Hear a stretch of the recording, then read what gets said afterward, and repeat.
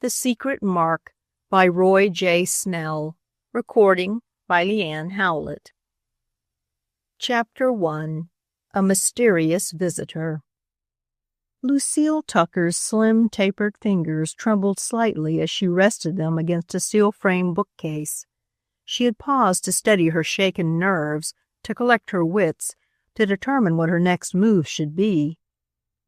"Who can it be?" her madly thumping heart kept asking her. And indeed, who besides herself could be in the book stacks at this hour of the night? About her, ranging tier on tier, towering from floor to ceiling, were books, thousands on thousands of books. The 2 floors above were full of books. The 2 below were the same.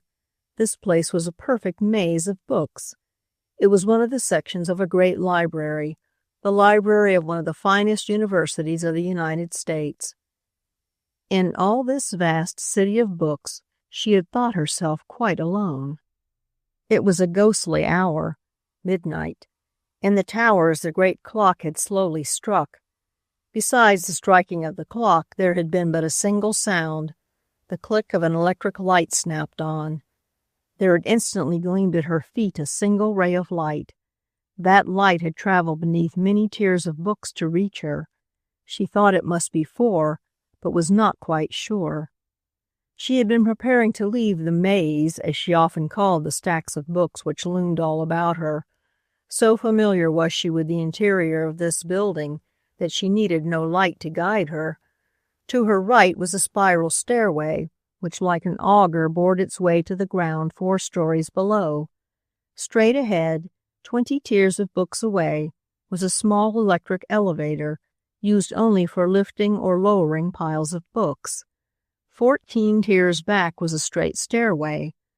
To a person unfamiliar with it, the stacks presented a bewildering labyrinth, but to Lucile they were an open book.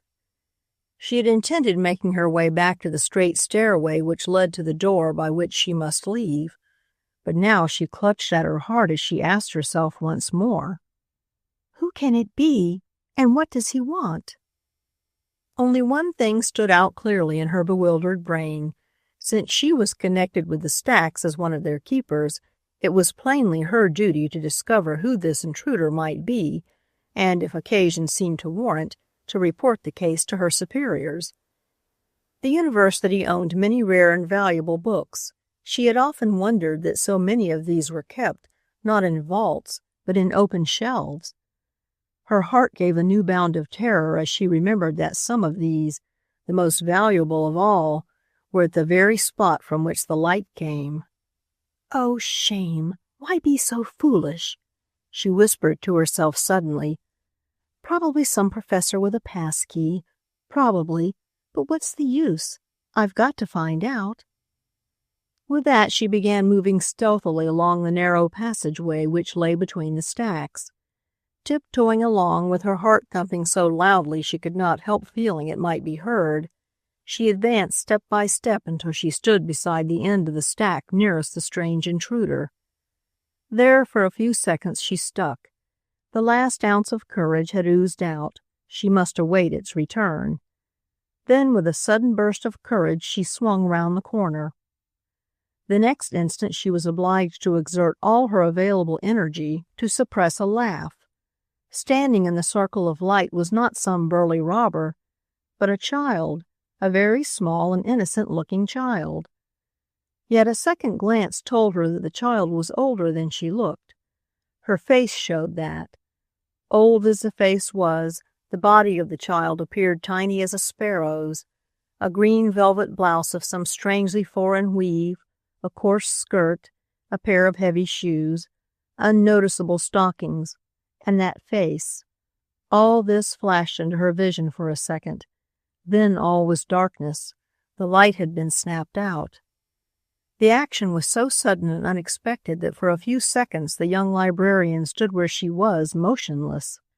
Wild questions raced through her mind. Who was the child? What was she doing in the library at this unearthly hour? How had she gotten in? How did she expect to get out? She had a vaguely uneasy feeling that the child carried a package. What could that be other than books? A second question suddenly disturbed her. Who was this child? Had she seen her before?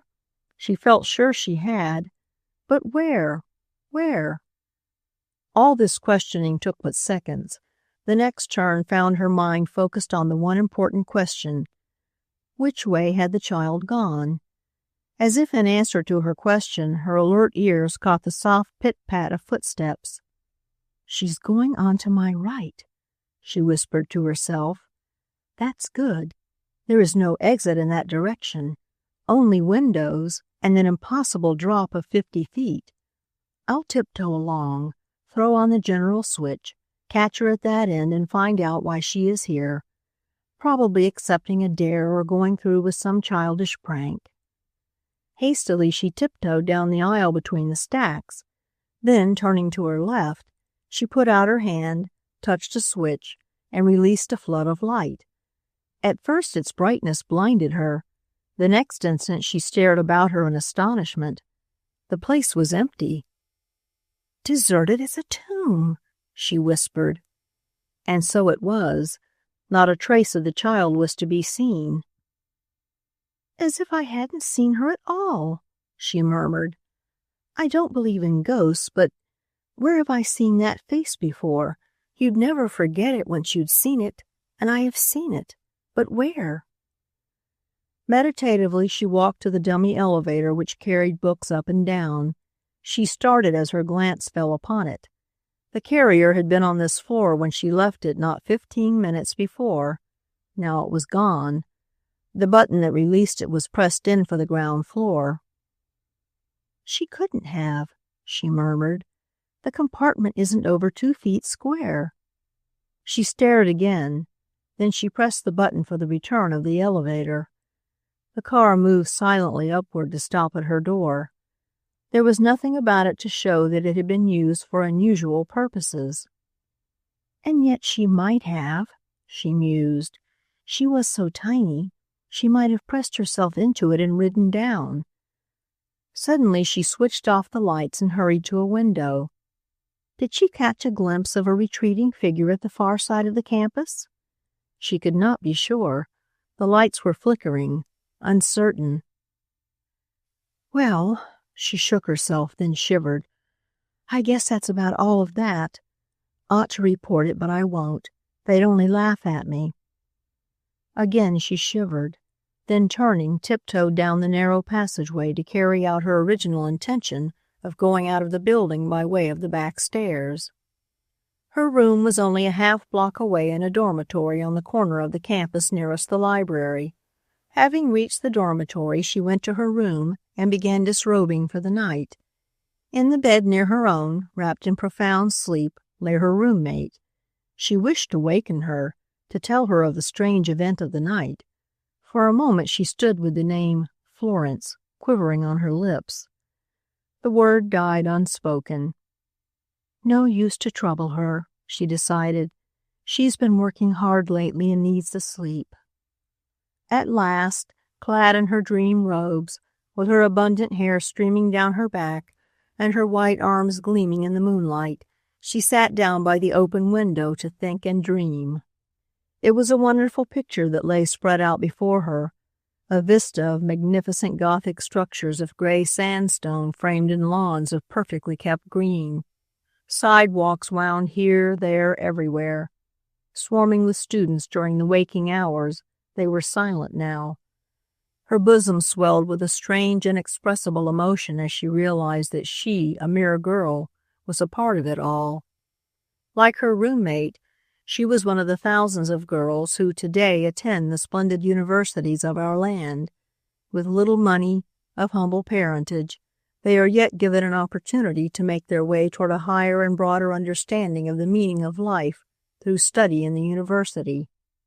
The thought that this university was possessed of $50 millions worth of property, yet had time and patience to make a place for her, both awed and inspired her. The very thought of her position sobered her. 4 hours each weekday she worked in the stacks at the library. Books that had been read and returned came down to her, and by her hands were placed in their particular niches of the labyrinth of stacks. The work was not work to her, but recreation, play. She was a lover of books. Just to touch them was a delight. To handle them, to work with them, to keep them in their places, accessible to all. This was joy indeed. Yet this work, which was play to her, went far toward paying her way in the university. And at this thought her brow clouded. She recalled once more the occurrence of a short time before, and the strange little face among the stacks. She knew that she ought to tell the head of her section of the library, Mr. Downers, of the incident. Should anything happen, should some book be missing, she would then be free from suspicion. Should suspicion fall upon her, she might be deprived of her position and from lack of funds be obliged to give up her cherished dream, a university education. "But I don't want to tell," she whispered to the library tower, which, like some kindly, long-bearded old gentleman, seemed to be accusing her. "I don't want to." Hardly had she said this than she realized that there was a stronger reason than her fear of derision that held her back from telling. "It's the face," she told herself. "That poor little kiddie's face. It wasn't beautiful, no, not quite that, but appealing, frankly, fearlessly appealing. If I saw her take a book, I couldn't believe that she meant to steal it, or at least that it was she who willed it." "But fie fum!" She laughed a low laugh, throwing back her head until her hair danced over her white shoulders like a golden shower. "Why borrow trouble? She probably took nothing. It was but a childish prank." At that she threw back the covers of her bed, thrust her feet deep down beneath them, and lay down to rest. Tomorrow was Sunday. No work, no study. There would be plenty of time to think. She believed that she had dismissed the scene in the library from her mind, yet even as she fell asleep, something seemed to tell her that she was mistaken, that the child had really stolen a book, that there were breakers ahead. And that something whispered truth, for this little incident was but the beginning of a series of adventures such as a college girl seldom is called upon to experience. Being ignorant of all this, she fell asleep to dream sweet dreams, while the moon out of a cloudless sky, beaming down upon the faultless campus, seemed at times to take one look in at her open window. Chapter 2. Elusive Shakespeare. The sun had been up for more than an hour when on the following morning Lucile lifted her head sleepily and looked at the clock. "Sunday morning, I'm glad," she exclaimed as she leaped out of bed and raced away for a cold shower. As she dressed, she experienced a sensation of something unfinished and at the same time a desire to hide something, to defend someone. At first she could not understand what it all meant. Then, like a flash, the occurrence of the previous night flashed upon her. "Oh, that," she breathed. She was surprised to find that her desire to shield the child had gained tremendously in strength while she slept. Perhaps there are forces we know nothing of, which work on the inner hidden chambers of our mind while we sleep, and having worked there, leave impressions which determine our very destinies. Lucile was not enough of a philosopher to reason this all out. She merely knew that she did not want to tell anyone of the strange incident, no, not even her roommate. And in the end that was just what happened. She told no one. When she went back to her work on Monday night, a whole busy day had passed in the library. Thousands of books had shot up the dummy elevator to have their cards stamped and to be given out. Thousands had been returned to their places on their shelves. Was a single book missing? Were 2 or 3 missing? Lucile had no way of knowing. Every book that had gone out had been recorded, but to look over these records, then to check back and see if others were missing, would be the work of weeks. She could only await developments. She was surprised at the speed with which these developments came. Mr. Downers, the superintendent, was noted for his exact knowledge regarding the whereabouts of the books which were under his care. She had not been working an hour when a quiet voice spoke to her, and with a little start she turned to face her superior. "Miss Tucker," the librarian smiled, "do you chance to have any knowledge of the whereabouts of the first volume of our early edition of Shakespeare?" "Why, no," the girl replied quickly. "Why, there was a catch in her throat. "Is it gone?" Mr. Downers nodded as he replied, "Seems temporarily so to be. Misplaced, no doubt. Will show up later." He was still smiling, but there were wrinkles in his usually placid brow. "I missed it just now," he went on. "Strange, too. I saw it there only Saturday. The set was to be removed from the library to be placed in the Noyes Museum. Considered too valuable to be kept in the library. Very early edition, you know." "Strange," he puzzled. "It could not have been taken out on the car, as it was used only in the reference reading room. It's not there. I just phoned. However, it will turn up. Don't worry about it." He turned on his heel and was gone. Lucile stared after him. She wanted to call him back, to tell him that it was not all right, that it would not turn up, that the strangely quaint little person she had seen in the library at midnight had carried it away. Yet she said not a word, merely allowed him to pass away.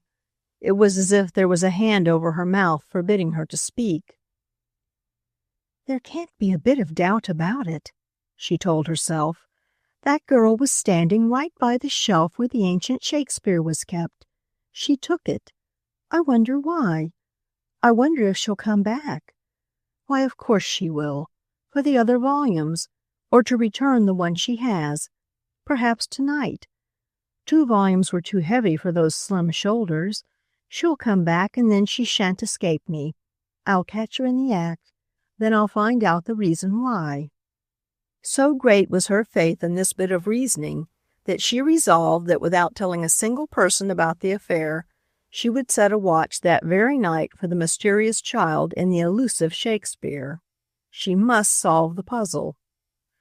That night, as she sat in the darkened library, listening, waiting, she allowed her mind to recall in a dim and dreamy way the face and form of the mysterious child. As she dreamed thus, there suddenly flashed into the foreground from the deepest depths of her memory the time and circumstance on which she had first seen that child. She saw it all as in a dream. The girl had been dressed just as she was Saturday at midnight. She had entered the stacks. That had been a month before. She had appeared leading an exceedingly old man. Bent with the weight of years, leaning upon a cane, all but blind, the old man had moved with a strangely youthful eagerness. He had been allowed to enter the stacks only by special request. He was an aged Frenchman, a lover of books. He wished to come near the books, to sense them, to see them with his age-dimmed eyes, to touch them with his faltering hands. So the little girl had guided him forward. From time to time he had asked that he be allowed to handle certain volumes. He had touched each with a reverent hand. His touch had resembled a caress. Some few he had opened and had felt along the covers. "I wonder why he did that," Lucile had thought to herself. She paused. A sudden thought had flashed into her mind. At the risk of missing her query, she groped her way to the shelf where the companion to the stolen volume lay and took it down. Slowly she ran her fingers over the inner part of the cover. "Yes," she whispered, "there is something." She dared not flash on the light. To do so might betray her presence in the building. Tomorrow she would see. Replacing the volume in its accustomed niche, she again tiptoed to her post of waiting. As she thought of it now, she began to realize what a large part her unconscious memory had played in her longing to shield the child. She had seen the child render a service to a feeble and all but helpless old man. Her memory had been trying to tell her of this, but had only now broken through into her wakeful mind. Lucile was aroused by the thought. "I must save her," she told herself. "I must. I must." Even with this resolve came a perplexing question. Why had the child taken the book? Had she done so at the old man's direction? That seemed incredible. Could an old man, tottering to his grave, revealing in spite of his shabby clothing a one-time more than common intellect and a breeding above the average, stoop to theft, the theft of a book? And could he, above all, induce an innocent child to join him in the deed? It was unthinkable. That man, she thought to herself. Why, he had a noble bearing, like a soldier almost, certainly like a gentleman. He reminded me of that great old general of his own nation who said to his men when the enemy were all but upon Paris, "They must not pass." Could he stoop to stealing? These problems remained all unsolved, for on that night no slightest footfall was heard in the silent labyrinth. The next night was the same, and the next. Lucile was growing weary, hollow-eyed with her vigil. She had told Florence nothing, yet she had surprised her roommate often looking at her in a way which said, "Why are you out so late every night?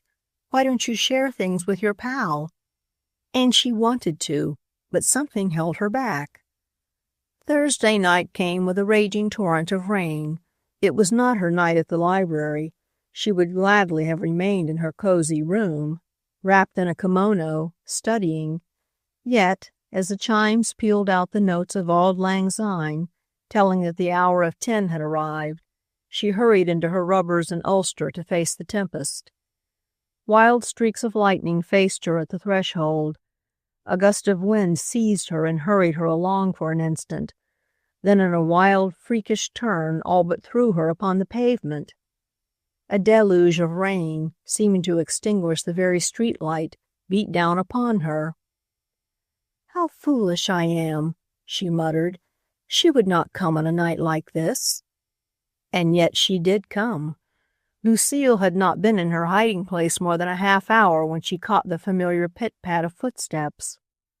"This time she shall not escape me," she whispered, and with bated breath and cushioned footstep, she tiptoed toward the spot where the remaining Shakespeare rested. Now she was 3 stacks away. As she paused to listen, she knew the child was at the same distance in the opposite direction.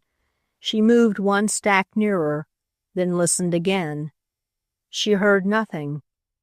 What had happened? The child had paused. Had she heard?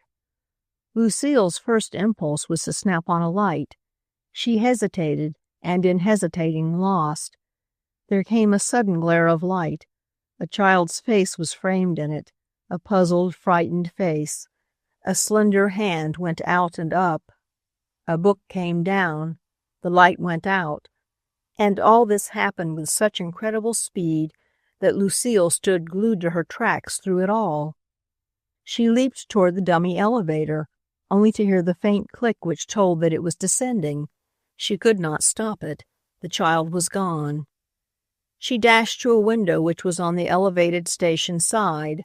A few seconds of waiting, and the lightning rewarded her. In the midst of a blinding flash, she caught sight of a tiny figure crossing a broad stretch of rain-soaked green. The next instant, with rubbers in one hand and ulster in the other, she dashed down the stairs. "I'll get her yet," she breathed. "She belongs downtown. She'll take the elevated. There is a car in 7 minutes. I'll make it too. Then we shall see." Chapter 3. The Gargoyle. Down a long stretch of sidewalk, across a sunken patch of green where the water was to her ankles, down a rain-drenched street, through pools of black water where sewers were choked, Lucile dashed. With no thought for health or safety, she exposed herself to the blinding tempest and dashed before skidding autos, to arrive at last panting at the foot of the rusted iron stairs that led to the elevated railway platform. Pausing only long enough to catch her breath and arrange her garments, that the child might not be frightened away by her appearance, she hurried up the stairs. The train came thundering in. There was just time to thrust a dime through the wicker window and to bound for the door. Catching a fleeting glimpse of the dripping figure of the child, she made a dash for that car and made it. A moment later, with her ulster thrown over on the seat beside her, she found herself facing the child. Sitting there curled up in a corner as she now was, hugging a bulky package wrapped in oilcloth, the child seemed older and tinier than ever. How could she do it? Was Lucile's unspoken question, as she watched the water oozing from her shoes to drip to the floor below. With the question came a blind resolve to see the thing through to the end. This child was not the real culprit. Cost what it might, she would find who was behind her strange actions. There is no place in all the world where a thunderstorm seems more terrible than in the deserted streets in the heart of a great city at night. Echoing and re-echoing between the towering walls of buildings, the thunder seems to be speaking to the universe. Flashing from 1,000 windows to 10,000 others, the lightning seems to be searching for the haunts and homes of men. The whole wild fury of it seems but the voice of nature defying man in his great stronghold, the city. It is as if in thundering tones she would tell him that, great as he may imagine himself, he is not a law unto himself and can never be. Into the heart of a great city on a night like this, the elevated train carried Lucile and the child. On the face of the child, thief as she undoubtedly was, and with the stolen goods in her possession, there flashed not one tremor, not a falling of an eyelash, which might be thought of as a sign of fear of laws of nature, man, or God. Was she hardened or completely innocent of guilt? Who at that moment could tell? It would be hard to imagine a more desolate spot than that in which the car discharged its 2 passengers.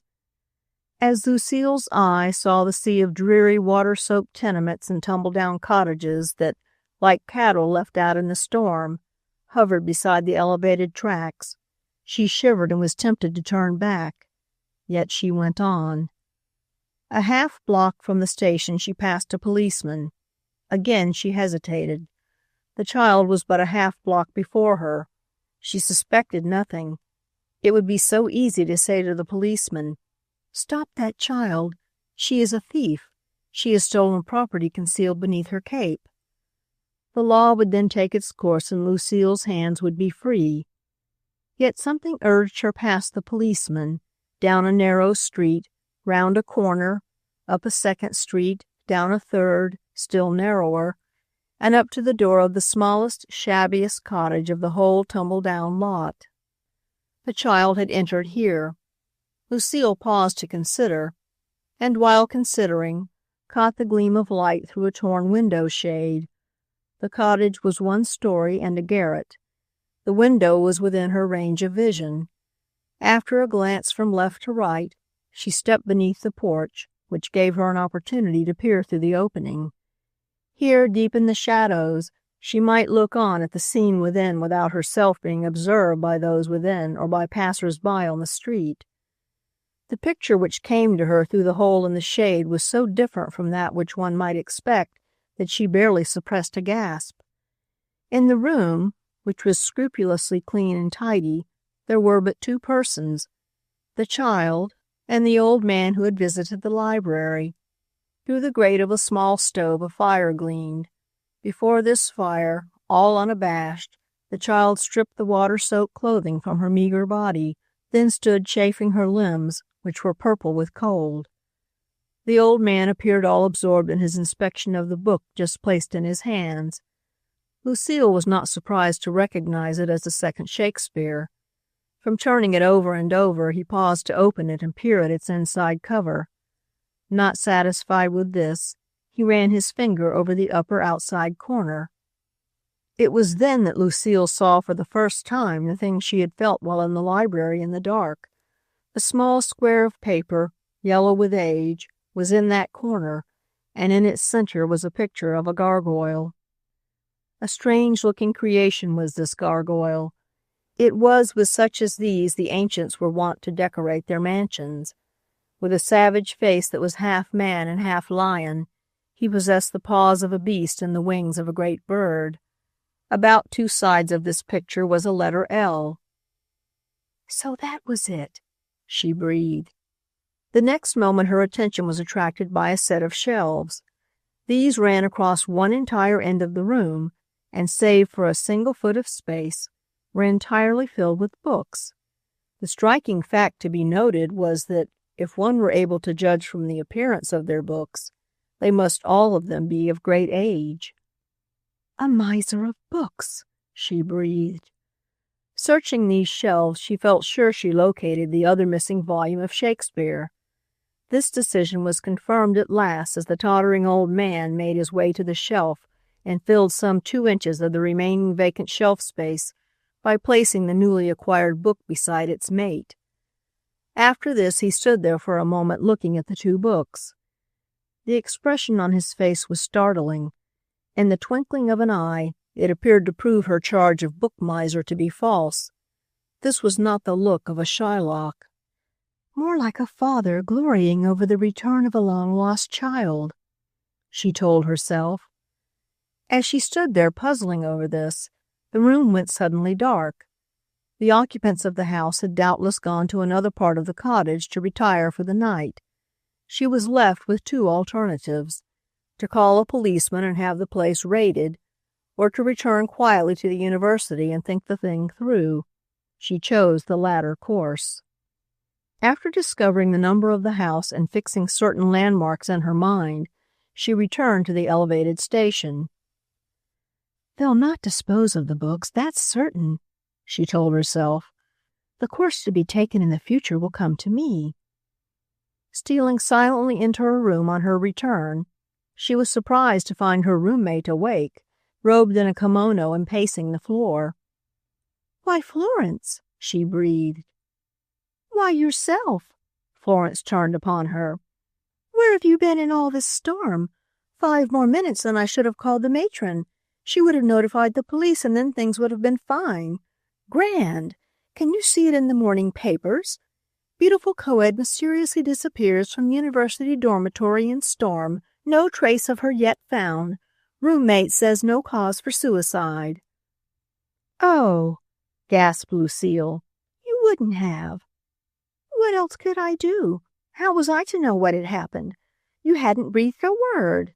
You—" Florence sat down upon her bed, dug her bare toes into the rug and stared at her roommate. For once in her life, strong, dependable, imperturbable Florence was excited. "I know," said Lucile, removing her water-soaked dress and stockings and chafing her benumbed feet. I guess I should have told you about it, but it was something I was quite sure you wouldn't understand, so I didn't. That's all. But now I've got to tell someone or I'll burst, and I'd rather tell you than anyone else I know." "Thanks," Florence smiled. "Just for that, I'll help you into dry clothes, then you can tell me in comfort." The clock struck 3, and the girls were still deep in the discussion of the mystery. "One thing is important," said Florence. "That is the value of the Shakespeare. Perhaps it's not worth so terribly much after all." "Perhaps not." Lucile wrinkled her brow. "But I'm awfully afraid it is. Let's see, who could tell me? Oh, I know, Frank Morrow."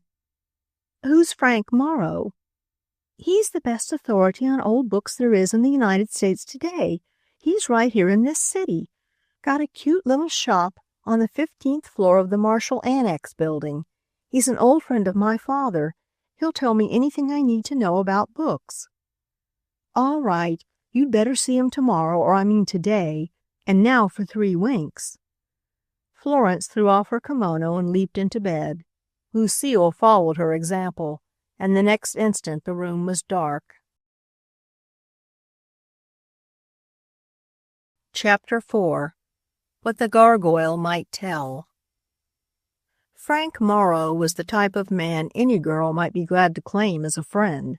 He had passed his 65th birthday, and for 35 years he had been a dealer in old books. Yet he was neither stooped nor nearsighted.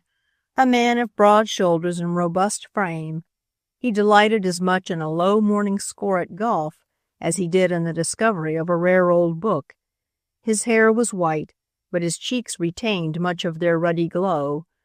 His quiet smile gave to all who visited his shop a feeling of genuine welcome, which they did not soon forget. His shop, like himself, reflected the new era which has dawned in the old book business. Men have come to realize that age lends worth to books that possessed real worth in the beginning, and they are coming to house them well. On one of the upper floors of a modern business block, Frank Morrow's shop was flooded with sunshine and fresh air. A potted plant bloomed on his desk. The books, arranged neatly without a painful effort at order, presented the appearance of some rich gentleman's library. A darker corner, a room by itself, to the right and back, suggested privacy and seclusion, and here Frank Morrow's finds were kept. Many of them were richly bound and autographed. The wise and the rich of the world passed through Frank Morrow's shop, for in his brain there rested knowledge which no other living man could impart. Did a bishop wish to purchase an out-of-print book for his ecclesiastical library, he came to Frank Morrow to ask where it might be found. Did the prince of the steel market wish a folio edition of Audubon's Birds of America? He came to Frank, and somewhere in Boston, New York, Philadelphia, Frank found it for him. Authors came to him, and artists as well, not so much for what he could find for them as for what he might impart in the way of genial friendship and the lore of books. It was to this man in this shop that Lucile made her way next morning. She was not prepared to confide in him to the extent of telling him the whole story of her mystery, for she did not know him well. He was her father's friend, that was all. She did wish to tell him that she was in trouble, and to ask his opinion of the probable value of a set of Shakespeare, which had been removed from the university library. "Well, now," he smiled as he adjusted his glasses after she had asked her question, "I'll be glad to help you if I can, but I'm not sure that I can. There are Shakespeares and other Shakespeares. I don't know the university set, didn't buy it for them. Probably a donation from some rich man. It might be a folio edition. In that case, well—" He paused and smiled again. "I trust you haven't burned this Shakespeare by mistake, nor had it stolen from your room or anything like that?" "No, oh no, nothing like that," exclaimed Lucile. "Well, as I was about to say, I found a very nice folio edition for a rich friend of mine not so very long ago. The sale of it, I think, was the record for this city. It cost him $18,000. Lucile gasped, then sat staring at him in astonishment. $18,000, she managed to murmur at last. "Of course you understand that was a folio edition, very rare. There are other old editions that are cheaper, much cheaper." I hope so," murmured Lucile. "Would you like to see some old books and get a notion of their value?" he asked. "Indeed I would." "Step in here." He led the way into the mysterious dark room. There he switched on a light to reveal walls packed with books. "Here's a little thing," he smiled, taking down a volume which would fit comfortably into a man's coat pocket. "Walton's Complete Angler. It's a first edition, bound in temporary binding, vellum. What would you say it was worth?" I couldn't guess. Please don't make me," Lucile pleaded. $1,600. Again Lucile stared at him in astonishment. "That little book?" "You see," he said, motioning her a seat, "rare books, like many other rare things, derive their value from their scarcity. The first edition of this book was very small. Being small and comparatively cheap, the larger number of the books were worn out, destroyed, or lost. So the remaining books have come to possess great value.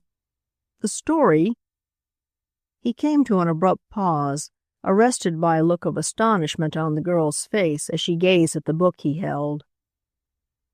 "Why, what—" he began. "That." Lucile pointed to a raised monogram in the upper inside cover of the book. "A private mark," explained Morrow. Many rich men and men of noble birth in the past had private marks which they had put in their books. The custom seems to be as old as books themselves. Men do it still. Let's see, what is that one? An embossed L around two sides of the picture of a gargoyle, said Lucile in as steady a tone as she could command. Ah, yes, a very unusual one. In all my experience, I have seen but 5 books with that mark in them. All have passed through my hands during the past 2 years, and yet this mark is a very old one. See how yellow the paper is? Probably some foreign library. Many rare books came across the sea during the war. I believe—" He paused to reflect, then said with a tone of certainty, "Yes, I know that mark was in the folio edition of Shakespeare which I sold last year."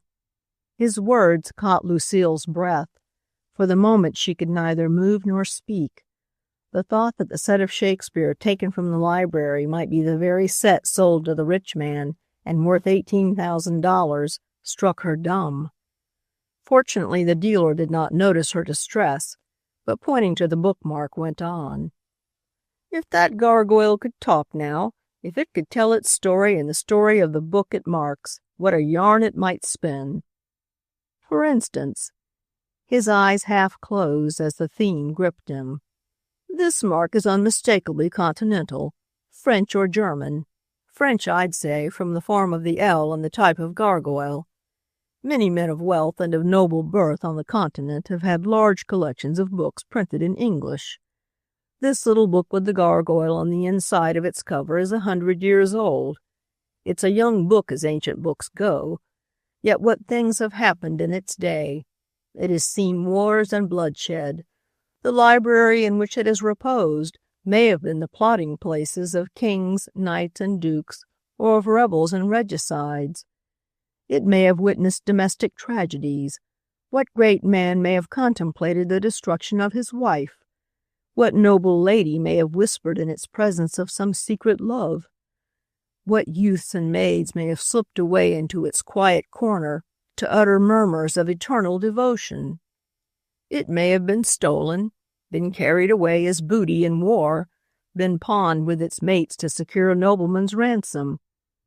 Oh, I tell you," he smiled as he read the interest in her face, "there is romance in old books, thrilling romance. Whole libraries have been stolen and secretly disposed of. Chests of books have been captured by pirates. Here is a book, a copy of Marco Polo's Travels, a first edition copy which, tradition tells us, was once owned by the renowned pirate Captain Kidd. I am told he was fond of reading. However that may be, there certainly were men of learning among his crew. There never was a successful gang of thieves that did not have at least one college man in it." He chuckled at his own witticism, and Lucile smiled with him. "Well," he said, rising, "if there is anything I can do for you at any time, drop in and ask me. I am always at the service of fair young ladies. One never grows too old for that. Besides, your father was my very good friend." Lucile thanked him, took a last look at the pocket volume worth $1,600, made a mental note of the form of its gargoyle, then handed it to him and left the room. She little dreamed how soon and under what strange circumstances she would see that book again. She left the shop of Frank Morrow in a strange state of mind. She felt that she should turn the facts in her possession over to the officials of the library and allow them to deal with the child and the old man. Yet there was something mysterious about it all. That collector of books, doubtless worth a fortune, in surroundings which betokened poverty, the strange bookmark, the look on the old man's face as he fingered the volume of Shakespeare. How explain all these? If the university authorities or the police handled the case, would they take time to solve these mysteries? To handle the case in such a way as would not hasten the death of this feeble old man, nor blight the future of this strange child? She feared not. "Life, the life of a child, is of greater importance than is an ancient volume," she told herself at last. "And with the help of Florence and perhaps of Frank Morrow I will solve the mystery myself. Yes, even if it cost me my position and my hope for an education." She paused to stamp the pavement, then hurried away toward the university. Chapter 5. The Papier-Mache Lunchbox. "But, Lucile," exclaimed Florence after she had heard the latest development in the mystery, "if the books are worth all that money, how dare you take the risk of leaving things as they are for a single hour?" "We don't know that they are that identical edition." "But you say the Gargoyle was there." "Yes, but that doesn't prove anything. There might have been a whole family of Gargoyle libraries for all we know. Besides, what if it is? What are 2 books compared to the marring of a human life? What right has a university, or anyone else for that matter, to have books worth thousands of dollars? Books are just tools or playthings. That's all they are. Men use them to shape their intellects just as a carpenter uses a plane, or they use them for amusement. What would be the sense of having a wood plane worth $18,000 when a $5 one would do just as good work?" "But what do you mean to do about it?" asked Florence. "I'm going down there by that mysterious cottage and watch what happens tonight, and you are going with me. We'll go as many nights as we have to. If it's necessary, we'll walk in on our mysterious friends and make them tell why they took the books. Maybe they won't tell, but they'll give them back to us, and unless I'm mistaken, that will at least be better for the girl than dragging her into court." "Oh, all right," laughed Florence, rising and throwing back her shoulders. "I suppose you're taking me along as a sort of bodyguard. I don't mind. Life's been a trifle dull of late. A little adventure won't go so bad, and since it is endured in what you choose to consider a righteous cause, it's all the better. But please let's make it short. I do love to sleep." Had she known what the nature of their adventure was to be, she might at least have paused to consider. But since the things we don't know don't hurt us, she set to work planning this, their first nightly escapade. Reared as they had been in the far West and the great white North, the 2 girls had been accustomed to wilderness of mountains, forest, and vast expanses of ice and snow. One might fancy that for them, even at night, a great city would possess no terrors. This was not true. The quiet life at the university, 8 miles from the heart of the city, had done little to rid them of their terror of city streets at night. To them every street was a canyon, the end of each alley an entrance to a den where beasts of prey might lurk. Not a footfall sounded behind them but sent terror to their hearts. Lucile had gone on that first adventure alone in the rain on sudden impulse. The second was premeditated. They coolly plotted the return to the narrow street where the mysterious cottage stood. Nothing short of a desire to serve someone younger and weaker than herself could have induced Lucile to return to that region, the very thought of which sent a cold shiver running down her spine. As for Florence, she was a devoted chum of Lucile. It was enough that Lucile wished her to go. Other interests might develop later. For the present, this was enough. So on the following night, a night dark and cloudy but with no rain, they stole forth from the hall to make their way downtown. They had decided they would go to the window of the torn shade and see what they might discover, but on arriving at the scene, decided that there was too much chance of detection. "We'll just walk up and down the street," suggested Lucile. "If she comes out, we'll follow her and see what happens. She may go back to the university for more books." "You don't think she'd dare?" whispered Florence. "She returned once. Why not again?" "There are no more Shakespeares." "But there are other books." "Yes." They fell into silence. The streets were dark. It grew cold. It was a cheerless task. Now and again a person passed them. 2 of them were men, noisy and drunken. I don't like it," shivered Lucile. "But what else is there to do?" "Go in and tell them they have our books and must give them up." "That wouldn't solve anything." "It would get our books back." "Yes, but—" Suddenly Lucile paused to place a hand on her companion's arm. A slight figure had emerged from the cottage. "It's the child," she whispered. We must not seem to follow. Let's cross the street." They expected the child to enter the elevated station as she had done before, but this she did not do. Walking at a rapid pace, she led them directly toward the very heart of the city. After covering 5 blocks, she began to slow down. "Getting tired," was Florence's comment. "More people here. We could catch up with her and not be suspected." This they did. Much to their surprise, they found the child dressed in the cheap blue calico of a working woman's daughter. "What's that for?" whispered Lucile. "Disguise," Florence whispered. "She's going into some office building. See, she is carrying a pressed paper lunchbox. She'll get in anywhere with that. Just tell them she's bringing a hot midnight lunch to her mother." "It's strange," she mused. "When you think of it, how many people work while we sleep? Every morning hundreds of thousands of people swarm to their work or their shopping in the heart of the city, and they find all the carpets swept, desks and tables dusted, floors and stairs scrubbed, and I'll bet that not 1 in 100 of them ever pauses to wonder how it all comes about. Not 1 in 1,000 give a passing thought to the poor women who toil on hands and knees with rag and brush during the dark hours of night, that everything may be spick and span in the morning. I tell you, Lucile, we ought to be thankful that we're young and that opportunities lie before us.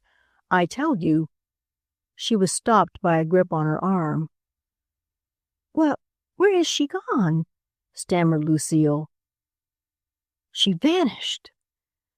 And she was not 20 feet before us a second ago." The 2 girls stood staring at each other in astonishment. The child had disappeared. "Well," said Lucile ruefully, "I guess that about ends this night's adventure." "I guess so," admitted Florence. The lights of an all-night drugstore burned brightly across the street. "That calls for hot chocolate," said Florence. "It's what I get for moralizing. If I hadn't been going on at such a rate, we would have kept sight of her." They lingered for some time over hot chocolate and wafers. They were waiting for a surface car to carry them home, when, on hearing low but excited words, they turned about to behold to their vast astonishment their little mystery child being led along by the collar of her dress. The person dragging her forward was an evil-looking woman who appeared slightly the worse for drink. "So that's the trick," they heard her snarl. "So you would run away? Such an ungratefulness. After all we done for you. Now you shall beg harder than ever." "No, I won't beg," the girl answered in a small but determined voice. "And I shan't steal either. You can kill me first." "Well, we'll see, my fine lady," growled the woman. All this time the child was being dragged forward. As she came opposite the 2 girls, the woman gave a harder tug than before and the girl almost fell. Something dropped to the sidewalk, but the woman did not notice it, and the child evidently did not care, for they passed on. Lucile stooped and picked it up. It was the paper lunchbox they had seen the child carrying earlier in the evening. "Something in it," she said, shaking it. "Lucile," said Florence in a tense whisper, "are we going to let that beast of a woman get that child? She doesn't belong to her, or if she does, she oughtn't to. I'm good for a fight." Lucile's face blanched. "Here in this city wilderness," she breathed. "Anywhere for the good of a child. Come on." Florence was away after the woman and child at a rapid rate. "We'll get the child free, then we'll get out," breathed Florence. "We don't want any publicity." Fortune favored their plan.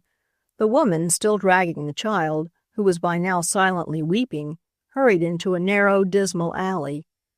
Suddenly, as she looked about at sound of a footstep behind her, she was seized in 2 vices and hurled by some mechanism of steel and bronze a dozen feet in air to land in an alley doorway.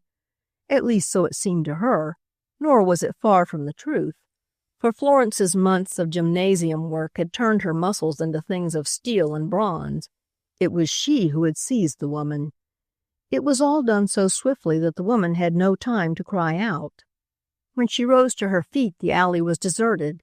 The child had fled in one direction, while the two girls had stepped quietly out into the street in the other direction and, apparently quite unperturbed, were waiting for a car. "Look," said Lucile. "I've still got it. It's the child's lunch basket. There's something in it." "There's our car," said Florence in a relieved tone. The next moment they were rattling homeward. "We solved no mystery tonight," murmured Lucile sleepily. "Added one more to the rest," smiled Florence. "But now I am interested. We must see it through." "Did you hear what the child said? That she'd rather die than steal? Wonder what she calls the taking of our Shakespeare." "That's part of our problem. Continued in our next," smiled Lucile. She set the dilapidated papier-mache lunchbox, which she had picked up in the street after the child had dropped it, in the corner beneath the cloak rack. Before she fell asleep, she thought of it and wondered what had been thumping round inside of it. "Probably just an old dried-up sandwich," she told herself. "Anyway, I'm too weary to get up and look now. I'll look in the morning." One other thought entered her consciousness before she fell asleep. Or was it a thought? Perhaps just one or two mental pictures. The buildings, the street, the electric signs that had encountered her gaze as they first saw the child and the half-drunk woman pass before her mind's eye. Then almost instantly, the picture of the street on which the building in which Frank Morrow's bookshop was located flashed before her. "That's queer," she murmured. "I do believe they were the same." And indeed, she thought dreamily, why should they not be? They are both down in the heart of the city, and I am forever losing my sense of location down there. At that, she fell asleep. Chapter 6. One Can Never Tell.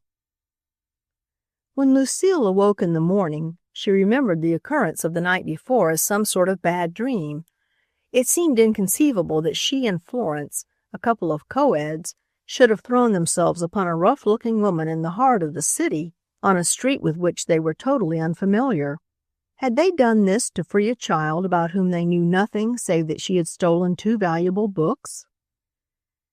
"Did we?" she asked sleepily. "Did we what?"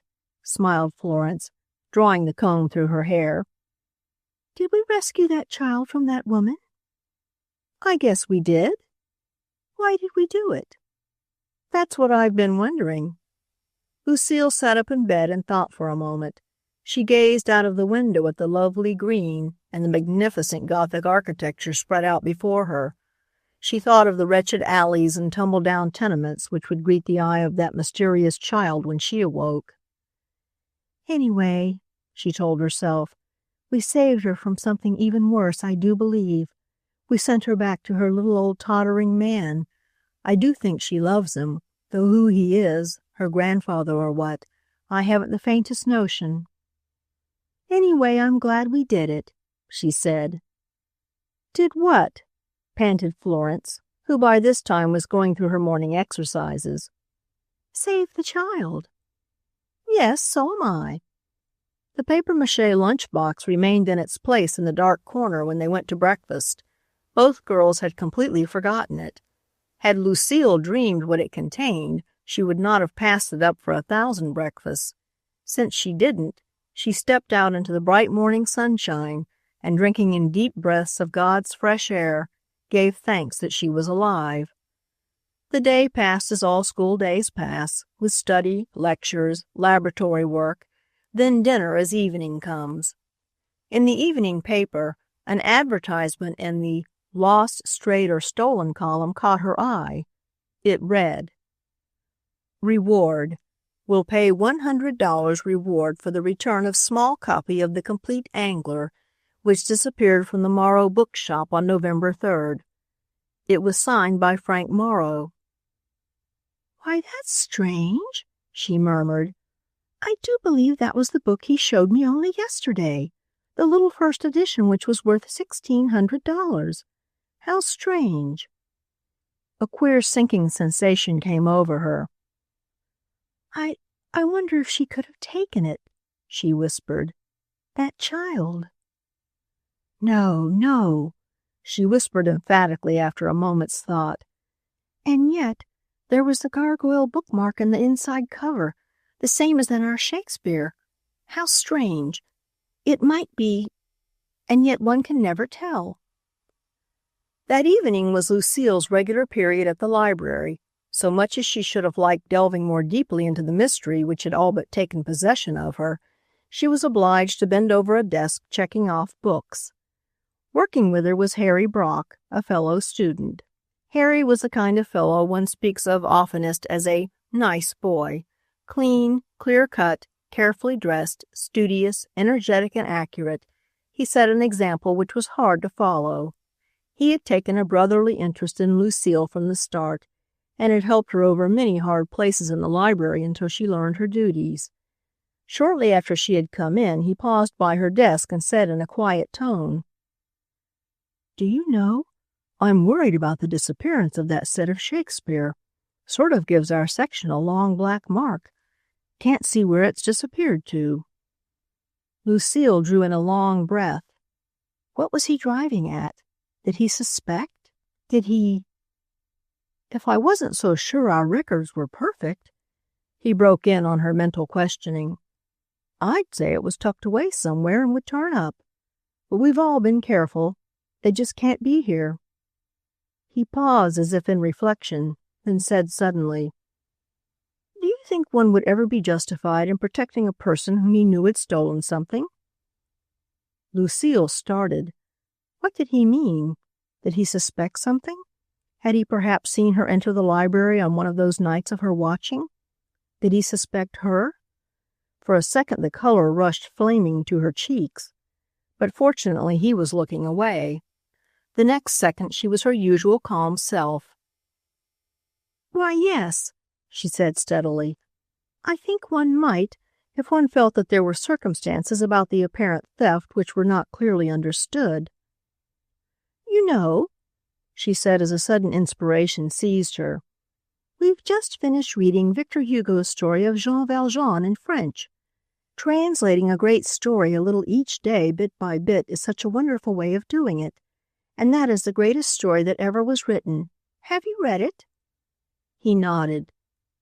"Well, then you remember how that poor fellow stole a loaf of bread to feed his sister's hungry children, and how, without trying to find out about things and be just, they put him in prison. Then, because he tried to get out, they kept him there years and years. Then, when they at last let him out, in spite of it all, after he had come into contact with a beautiful, unselfish old man, he became one of the most wonderful characters the world may hope to know. Just think how wonderful his earlier years, wasted in prison, might have been if someone had only tried a little to understand." "You're good," smiled Harry. "When I get arrested, I'll have you for my lawyer." Lucile, once more quite herself, laughed heartily. Then she suddenly sobered. "If I were you," she said in a low tone, "I shouldn't worry too much about that set of Shakespeare. Some way I have an idea that it will show up in its own good time." Harry shot her a quick look, then as he turned to walk away, said in a tone of forced lightness, "Oh, all right." The following night they were free to return to the scene of the mystery, the cottage on dreary Tyler Street where the old man and the strange child lived. A light shone out of the window with the torn shade as they loitered along in front of the place as before. Much to their surprise, not 10 minutes had passed when the child stole forth. "We were just in time," breathed Florence. "Dressed just as she was on the first night I saw her," Lucile whispered as the child passed them. "She's making for the elevated station this time," said Florence as they hurried along after her. "That means a long trip and you are tired. Why don't you let me follow her alone?" "Why, Lucile cut her speech short to grip her companion's arm. "Florence," she whispered excitedly, "did you hear a footstep behind us?" "Why, yes, Florence hesitated. Lucile broke in. "There was one. I am sure of it. And just now as I looked about there was no one in sight. You don't think someone could suspect, be shadowing us?" Of course not. It might be that woman who tried to carry the child away. I think not. That was in another part of the city. Probably just nothing at all. Yes, there it is now. I hear it. Look about, quick. No one in sight, said Florence. It's your nerves. You'd better go home and get a good night's sleep. They parted hurriedly at the station. Florence swung onto the train boarded by the child, a train which she knew would carry her to the north side, directly away from the university. Probably be morning before I get in, she grumbled to herself. What a wild chase. Yet as she stole a glance now and then at the child, who, all unconscious of her scrutiny, sat curled up in the corner of a nearby seat, she felt that after all, she was worth the effort being made for her. Whoever saveth a soul from destruction, she whispered to herself as the train rattled on over the river on its way north. In the meantime, Lucile had boarded a southbound car. She was not a little troubled by the thought of those footsteps behind them on the sidewalk. She knew it was not her nerves. Someone was following us, she whispered to herself. I wonder who and why. She puzzled over it all the way home, was puzzling over it still when she left her car at the university. Somewhat to her surprise, she saw Harry Brock leave the same train. He appeared almost to be avoiding her, but when she called to him, he turned about and smiled. So glad to have someone to walk those 5 lonely blocks with, she smiled. Pleasure mutual, he murmured, but he seemed ill at ease. Lucile glanced at him curiously. He can't think I've got a crush on him, she told herself. Our friendship's had too much of the ordinary in it for that. I wonder what is the matter with him. Conversation on the way to the university grounds rambled along over commonplaces. Each studiously avoided any reference to the mystery of the missing books. Lucile was distinctly relieved as he left her at the dormitory door. Well, she heaved a sigh, whatever could have come over him? He has always been so frank and fine. I wonder if he suspects, but no, how could he? As she hung her wrap up in the corner of her room, her eye fell upon the papier-mache lunchbox.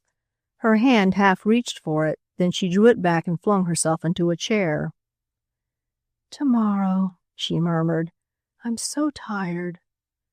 15 minutes later, she was in her bed, fast asleep, dreaming of her pal, and in that dream she saw her rattling on and on and on forever through the night. Chapter 7. The Vanishing Portland Chart. Florence was not rattling on and on through the night as Lucile dreamed. Some 2 miles from the heart of the city, her journey on the elevated came to a halt. The child left the car and went bounding down the steps. Not many moments passed before Florence realized that her destination was a famous library, the Newburgh. Before she knew it, the massive structure of gray sandstone loomed up before her, and before she could realize what was happening, the child had darted through the door and lost herself in the labyrinth of halls, stairways, and passageways, which led to hundreds of rooms where books were stacked or where huge oak tables invited one to pause and read. She's gone, Florence gasped. Now how shall I find her? Walking with all the speed that proper conduct in such a spacious and dignified hostelry of books would allow, she passed from room to room, from floor to floor, until, footsore and weary, without the least notion of the kind of room she was in, or whether she was welcome or not, she at last threw herself into a chair to rest. She's escaped me, she sighed, and I promised to keep in touch with her. What a mess! But the child's a witch. Who could be expected to keep up with her? Are you interested in the exhibit? It was the well-modulated tone of a trained librarian that interrupted her train of thought. The question startled her. She stammered, why, yes, very much. What the exhibit might be, she had not the remotest notion. Ah, yes, the lady sighed. Portland charts are indeed interesting. Perhaps you should like to have me explain some of them to you? Portland charts. That did sound interesting. It suggested travel. If there was any one thing Florence was interested in, it was travel. "Why, yes," she said eagerly, "I would." "The most ancient ones," said the librarian, indicating a glass case, "are here. Here you see one that was made in 1440, some time before Columbus sailed for America. These maps were made for mariners. Certain men took it up as a life work, the making of Portland charts. It is really very wonderful when you think of it. How old they are, 400 or 500 years, yet the coloring is as perfect as if they were done but yesterday." Florence listened eagerly. This was indeed interesting. "You see," smiled the librarian, "in those days nothing much was known of what is now the New World. But from time to time, ships lost at sea drifted about to land at last on strange shores. These they supposed were shores of islands.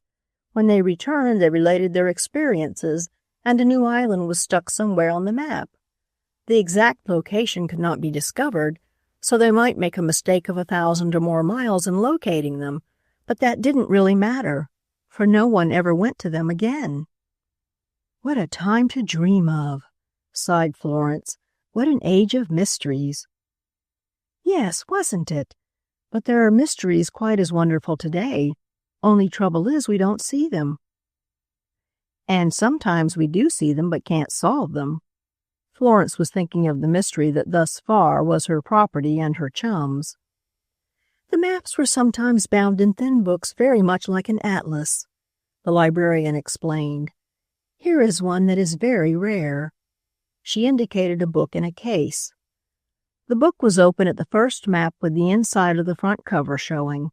Florence was about to pass it with a glance when something in the upper outside corner of the cover caught and held her attention. It was the picture of a gargoyle with a letter L surrounding two sides of it. It was a bookmark, and though she had not seen the mark in the missing Shakespeare, she knew from Lucile's description of it that this must be an exact duplicate. "Probably from the same library originally," she thought. "I suppose these charts are worth a great deal of money," she ventured. "Oh, yes, a great deal. One doesn't really set a price on such things. These were the gifts of a rich man. It is the finest collection except one in America." As Florence turned to pass on, she was startled to see the mysterious child who had escaped from her sight nearly an hour before, standing not 10 feet from her. She was apparently much interested in the cherubs done in blue ink on one chart and used to indicate the prevailing direction of the winds. "Ah, now I have you," she sighed. "There is but one door to this room. I will watch the door, not you. When you leave the room, I will follow." With the corner of an eye on that door, she sauntered from case to case for another quarter of an hour. Then, seized with a sudden desire to examine the chart book with the gargoyle in the corner of its cover, she drifted toward it. Scarcely could she believe her eyes as she gave the case a glance. The chart book was gone. Consternation seized her. She was about to cry out when the thought suddenly came to her that the book had probably been removed by the librarian. The next moment, a suggestion that the ancient map book and the presence of the child in the room had some definite connection flashed through her mind. Hurriedly her eye swept the room. The child was gone. There remained now but one particle of doubt in her mind. "She took it," she whispered. "I wonder why?" Instantly her mind was in a commotion. Should she tell what she knew? At first she thought she ought, yet deliberation led to silence, for after all, what did she know? She had not seen the child take the book. She had seen her in the room. That was all. And now the librarian, sauntering past the case, noted the loss. The color left her face, but that was all. If anything, her actions were more deliberate than before. Gliding to a desk, she pressed a button. The next moment a man appeared. She spoke a few words. Her tone was low, her lips steady.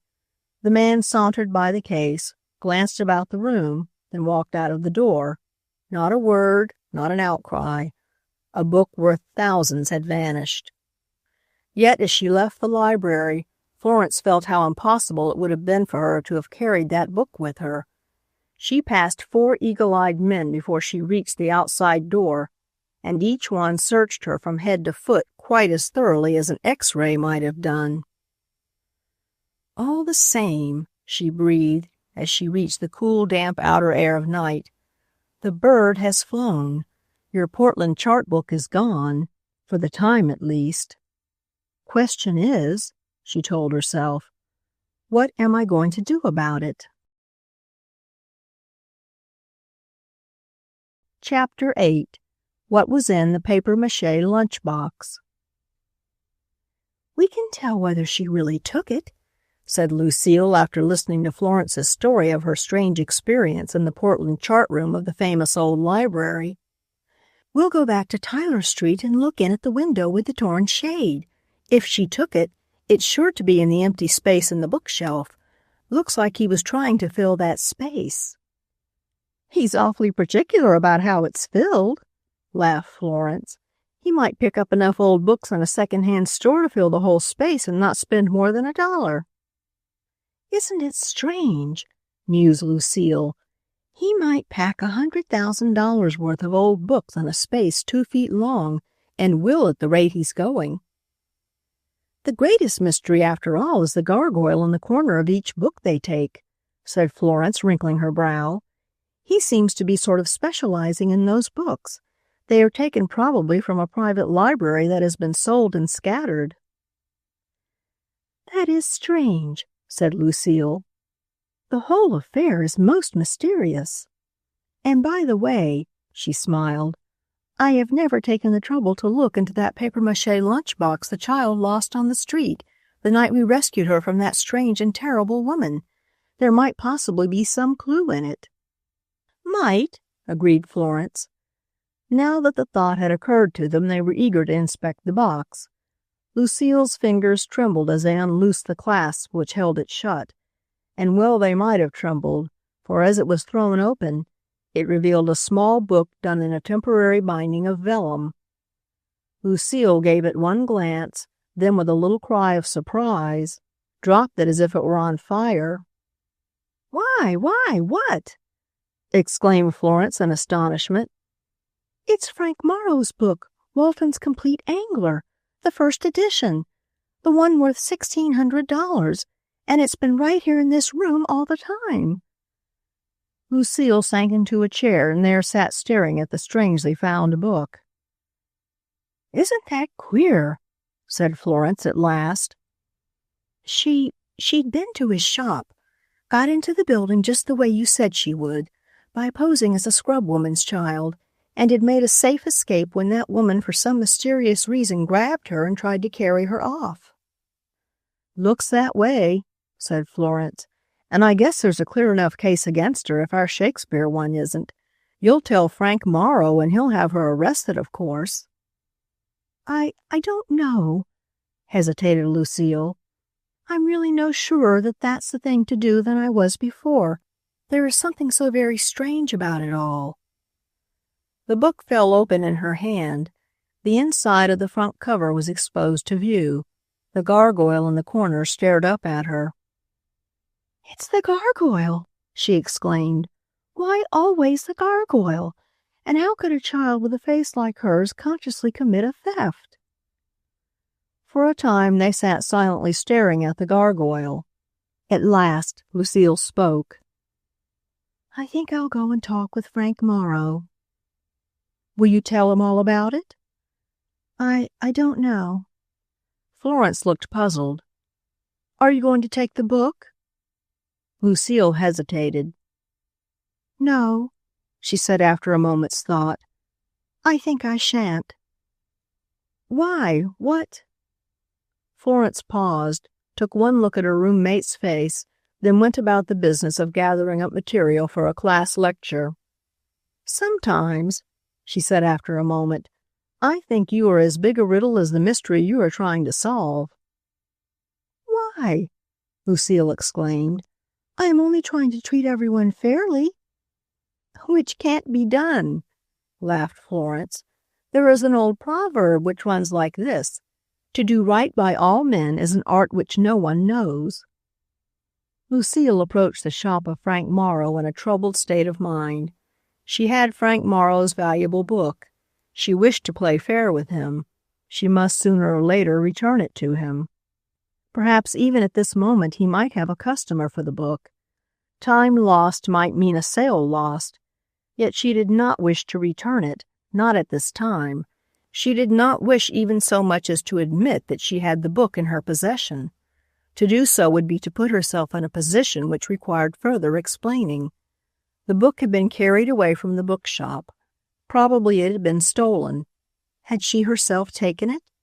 If not, who then? Where was the culprit? Why should not such a person be punished? These were some of the questions she imagined Frank Morrow asking her, and for the present she did not wish to answer them. At last, just as the elevator mounted toward the upper floors, she thought she saw a way out. "Anyway, I'll try it," she told herself. She found Frank Morrow alone in his shop.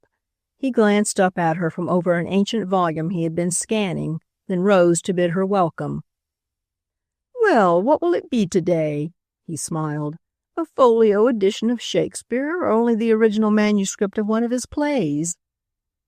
"Oh," she smiled back, "are there really original manuscripts of Shakespeare's plays?"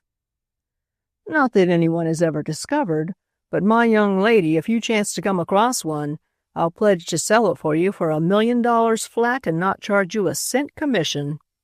"Oh," breathed Lucile, "that would be marvelous."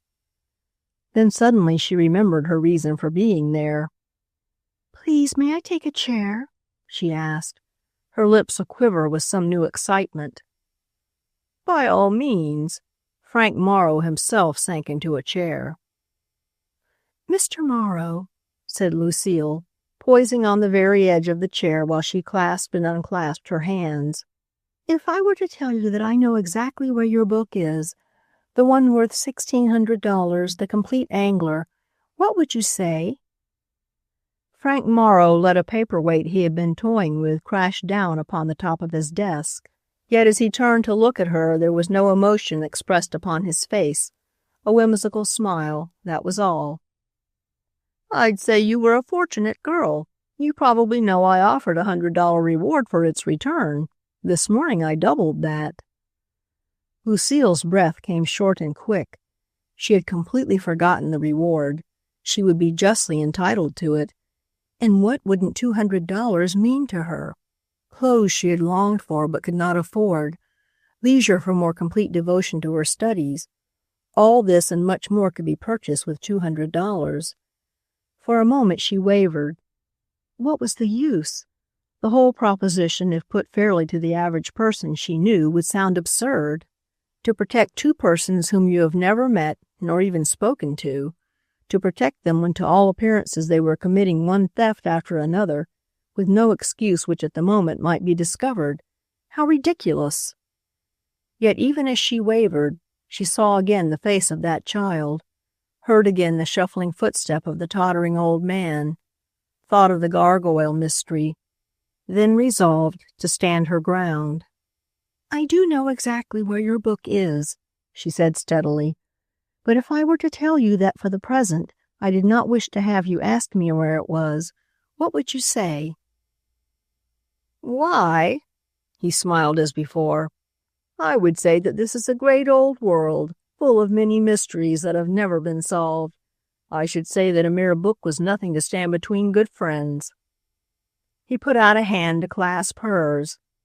"When you wish to tell me where the book is or to see that it is returned, drop in or call me on the phone. The reward will be waiting for you." Lucile's face was flushed as she rose to go. She wished to tell him all, yet did not dare. But you might have a customer waiting for that book," she exclaimed. "One might," he smiled. "In such an event, I should say that the customer would be obliged to continue to wait." Lucile moved toward the door, and as she did so, she barely missed bumping into an immaculately tailored young man with all too pink cheeks and a budding mustache. "I beg your pardon," he apologized. "It was my fault," said Lucile, much confused. The young man turned to Frank Morrow. "Show up yet?" he asked. "Not yet." "Well?" "I'll let you know if it does." "Yes, do. I have a notion I know where there's another copy." "Well, I'll be sorry to lose this sale, but I can't promise delivery at any known date now." "Perhaps not at all?" "Perhaps." The young man bowed his way out so quickly that Lucile was still in the shop. "That," smiled Frank Morrow, "is R. Stanley Ramsey, Jr., a son of one of our richest men. He wanted the complete angler." He turned to his work as if he had been speaking of a mere trifle. Lucile was overwhelmed. So he did have a customer who was impatient of waiting and might seek a copy elsewhere? Why, this Frank Morrow was a real sport. She found herself wanting more than ever to tell him everything and to assure him that the book would be on his desk in 2 hours' time. She considered. But again the face of the child framed in a circle of light came before her. Again on the street at night in the clutches of a vile woman she heard her say, "I won't steal. I'll die first." Then with a sigh she tiptoed toward the door. "By the way," Frank Morrow's voice startled her, "you live over at the university, don't you?" "Yes." "Mind doing me a favor?" "Certainly not." "The Silver Barnard binderies are only 2 blocks from your station. You'll almost pass them.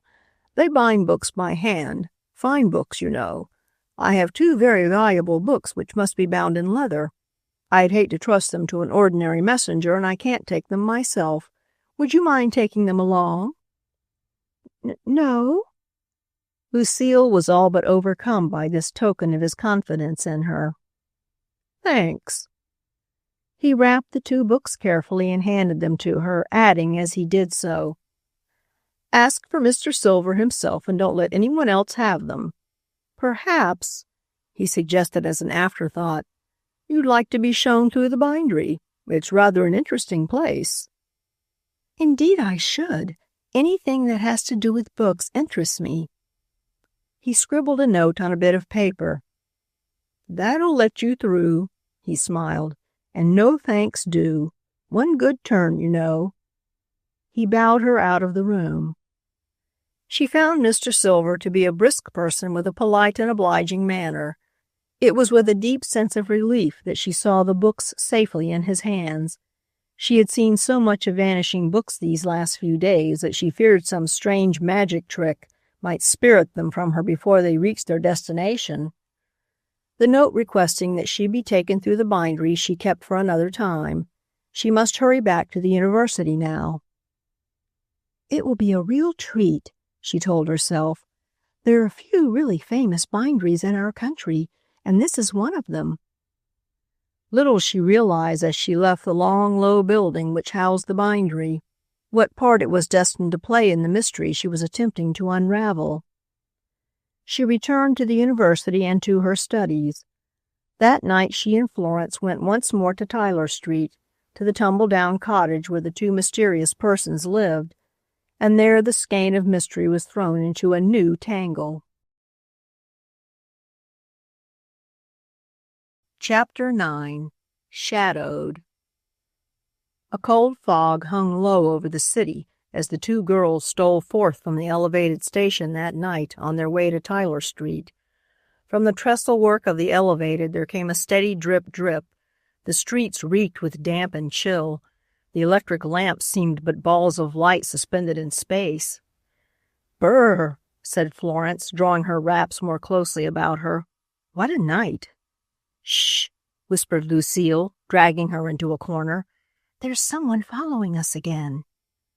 Scarcely had she spoken the words when a man with collar turned up and cap pulled low passed within 4 feet of them. He traveled with a long, swinging stride. Lucile fancied that she recognized that stride, but she could not be sure. Also, for the moment, she could not remember who the person was who walked in this fashion. "Only some man returning to his home," said Florence. "This place gets on your nerves." "Perhaps," said Lucile. As they reached the street before the cottage of many mysteries, they were pleased to see lights streaming from the rent in the shade. "At least we shall be able to tell whether they have the book of Portland charts," sighed Lucile as she prepared to make a dash for the shadows. "Now," she breathed, "there's no one in sight." Like two lead-colored drifts of fog, they glided into a place by the window. Lucile was first to look. The place seemed quite familiar to her. Indeed, at first glance, she would have said that nothing was changed. The old man sat in his chair. Half in a doze, he had doubtless drifted into the sort of daydream that old persons often indulge in. The child, too, sat by the table. She was sewing. That she meant to go out later was proved by the fact that her coat and tam o' shanter lay on a nearby chair. As I have said, Lucile's first thought was that nothing had changed. One difference, however, did not escape her. 2 books had been added to the library. The narrow, unfilled space had been narrowed still further. One book was tall, too tall for the space which it was supposed to occupy, so tall that it leaned a little to the right. The other book did not appear to be an old volume. On the contrary, its back was bright and shiny, as if just coming from the press. It was highly ornamented with figures and a title done all in gold. These fairly flashed in the lamplight. "That's strange," she whispered to herself. But even as she thought it, she realized that this was no ordinary publisher's binding. "Leather," she told herself. "Rich leather binding, and I shouldn't wonder if the letters and decorations were done in pure gold." Without knowing exactly why she did it, she made a mental note of every figure which played a part in the decorating of the back of that book. Then suddenly remembering her companion and their problem, she touched her arm as she whispered, "Look, is that tall book second from the end on the shelf with the vacant space the Portland chart book?" Florence pressed her face to the glass and peered for the first time into the room of mysteries. For a full 2 minutes she allowed the scene to be photographed on the sensitive plates of her brain. Then turning slowly away, she whispered, "Yes, I believe it is."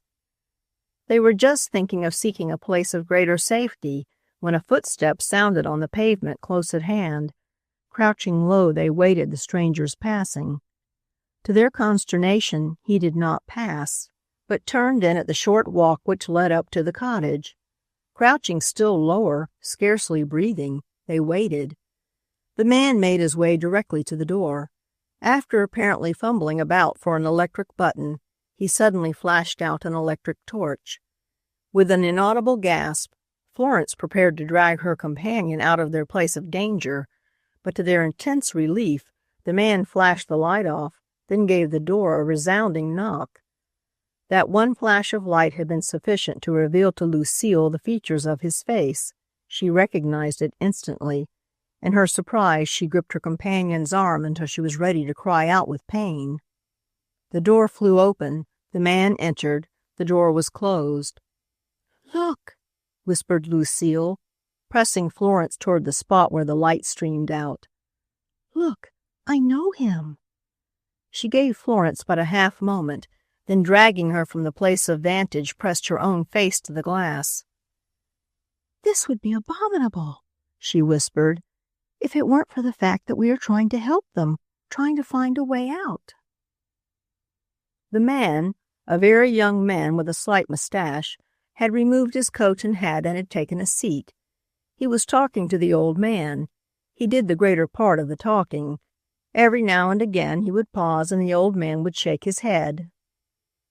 This pantomime was kept up for some time. At last the young man rose and walked toward the bookshelves. The old man half rose in his chair as if to detain him, then settled back again. The young man's eyes roved over the books, then came to rest suddenly in a certain spot. Then his hand went out. The old man sprang to his feet. There were words on his lips. What they were the girls could not tell. Smiling with the good-natured grace of one who is accustomed to have what he desires, the young man opened the book to glance at the title page. At once his face became eager. He glanced hurriedly through the book. He turned to put a question to the old man beside him. The old man nodded. Instantly the young man's hand was in his pocket. The two girls shrank back in fear, but the thing he took from his pocket was a small book, apparently a checkbook. Speaking, he held the checkbook toward the old man. The old man shook his head. This touch of drama was repeated 3 times. Then, with a disappointed look on his face, the young man replaced the book, turned to the chair on which his hat and coat rested, put them on, said good night to the old man, bowed to the child, and was gone. The two girls, after stretching their cramped limbs, made their way safely to the sidewalk. Who was he?" whispered Florence through chattering teeth. "R. Stanley Ramsay." "Not the rich Ramsay?" "His son." "What did he want?" "I don't know," said Lucile, "but it may be that we have found the man higher up, the real criminal. It may be that this rich young fellow is getting them to steal the books so he can buy them cheap." Lucile told of the incident regarding the copy of The Complete Angler. "He said he thought he knew where there was another copy. Don't you see, he may have gotten the girl to steal it, and now he comes for it and is disappointed because they haven't got it for him." "It might be," said Florence doubtfully, "but it doesn't seem probable, does it? He must have plenty of money. Perhaps his father doesn't give him a large allowance. Then again, perhaps he thinks such things are smart. They say that some rich men's sons are that way. There's something that happened in there, though, that I don't understand. He—" "Hist!" whispered Florence, dragging her into a slow walk. "Here comes the child." Once more they saw the slim wisp of a girl steal out like a ghost into the night. Chapter 10. Mysteries of the Sea. The trail over which the mystery child led them that night revealed nothing. Indeed, she eluded them, escaping the moment she left the elevated train at a downtown station. "Nothing to do but go home," said Florence in a disappointed tone. "Oh, well, cheer up," smiled Lucile. "We've had a new chapter added to our mystery, as well as a whole new character who promises to become interesting. But look, Florence," she whispered suddenly. "No, don't stare. Just glance down toward the end of the platform. See that man? The one with his collar turned up and with his back to us? Are you sure? Can't be mistaken. Same coat, same hat, same everything." "Why then—" Florence checked herself. A moment later she said in a quiet tone of voice, "Lucile, don't you think it's about time we waded ashore, came clear and got out of this affair, turned facts over to the authorities and allowed them to take their course?" Lucile was silent for a moment. Then suddenly she shivered all over and whispered tensely, No, not quite yet. We may get in over our necks." "I can swim, can't you?" "I'll try." Florence laughed, and there for the time the matter ended. Lucile worked in the library 2 hours the next day. One fact could not escape her attention. Harry Brock had been losing a lot of sleep. She saw him rubbing his eyes from time to time, and once he actually nodded over his records. "Been studying late?" she asked in friendly sympathy. He shot her a quick, penetrating glance, then, seeming to catch himself, said, "Oh, yes, quite a bit." That afternoon, finding study difficult and being in need of a theme for a special article to be written for English 5B, she decided to use her card of admittance to the bindery and glean the material for the theme from that institution. She could scarcely have chosen a more fitting subject, for there are few places more interesting than a famous book bindery. Unfortunately, something occurred while she was there that quite drove all the thoughts of her theme out of her head and added to her already overburdened shoulders an increased weight of responsibility. A famous bindery is a place of many wonders. The stitching machines, the little and great presses, the glowing fires that heat irons for the stamping. All these and many more lend an air of industry, mystery, and fine endeavor to the place.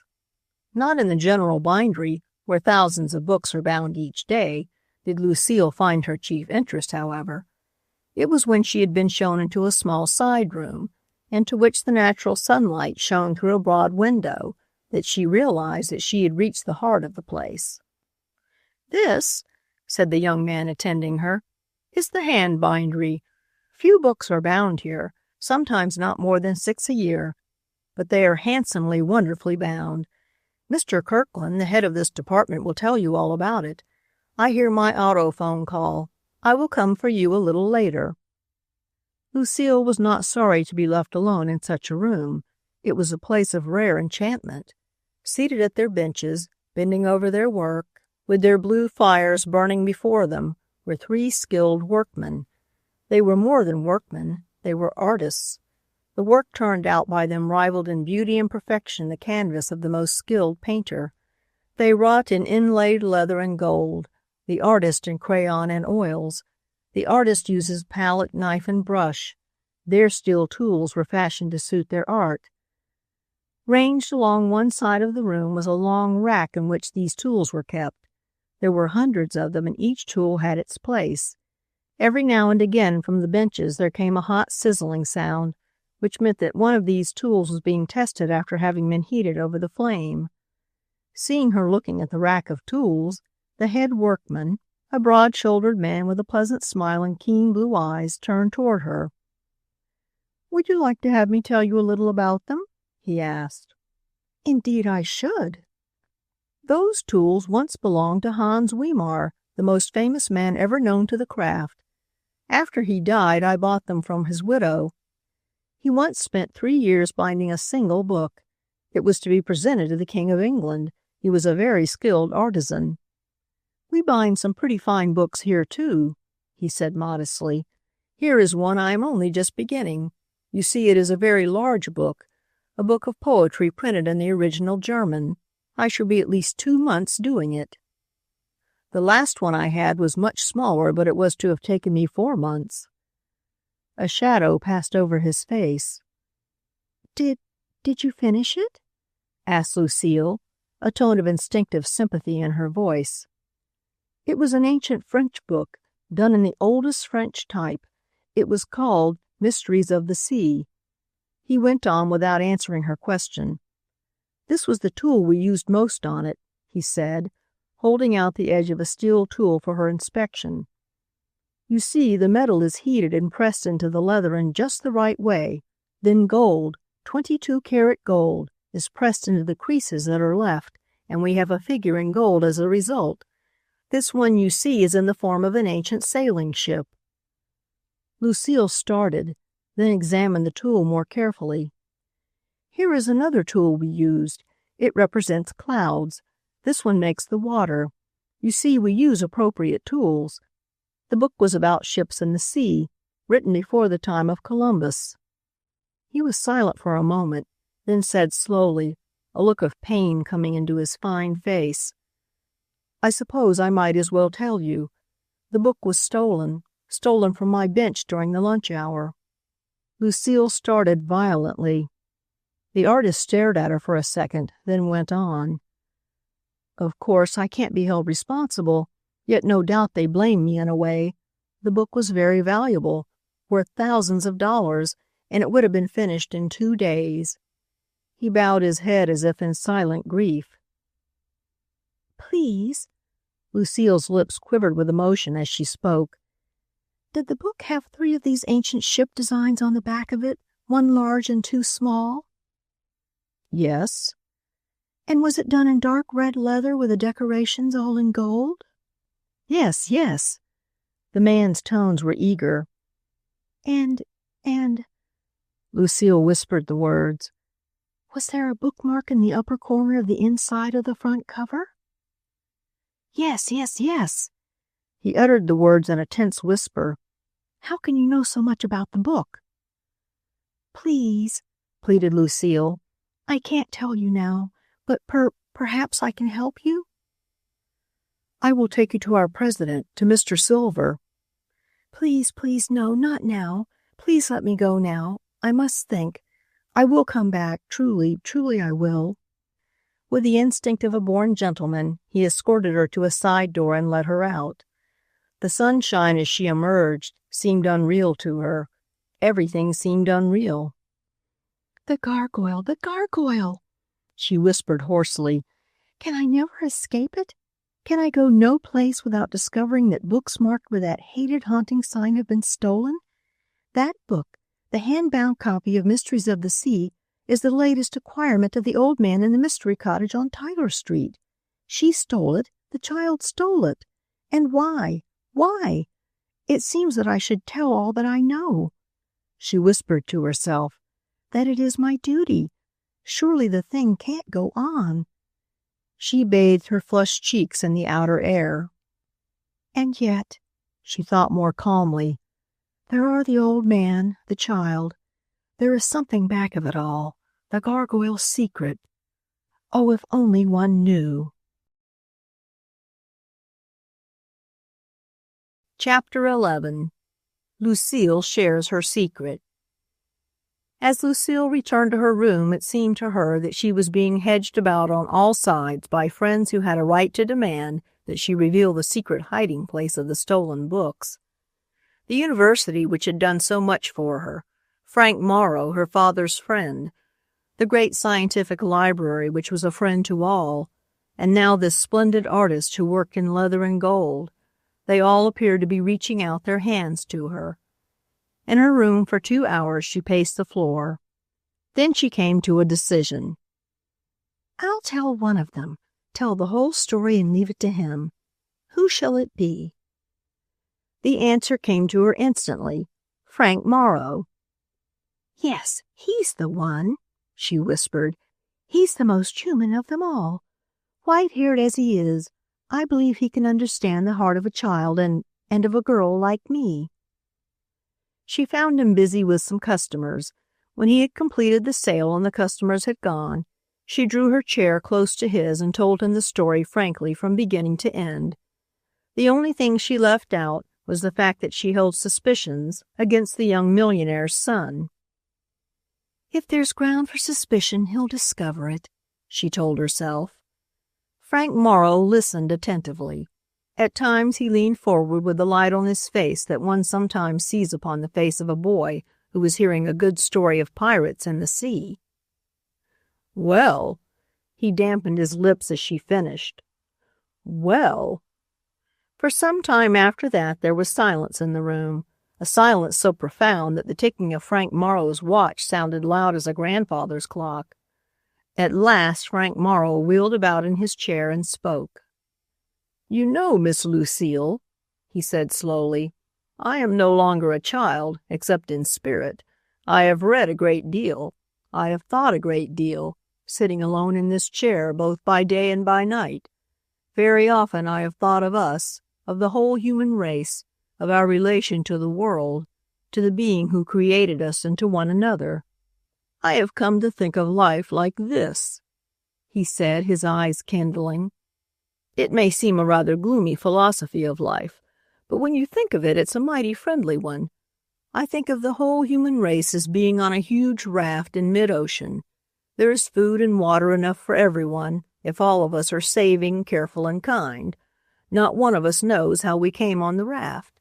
No one knows whither we are bound. From time to time we hear the distant waves break on some shore, but what shore we cannot tell.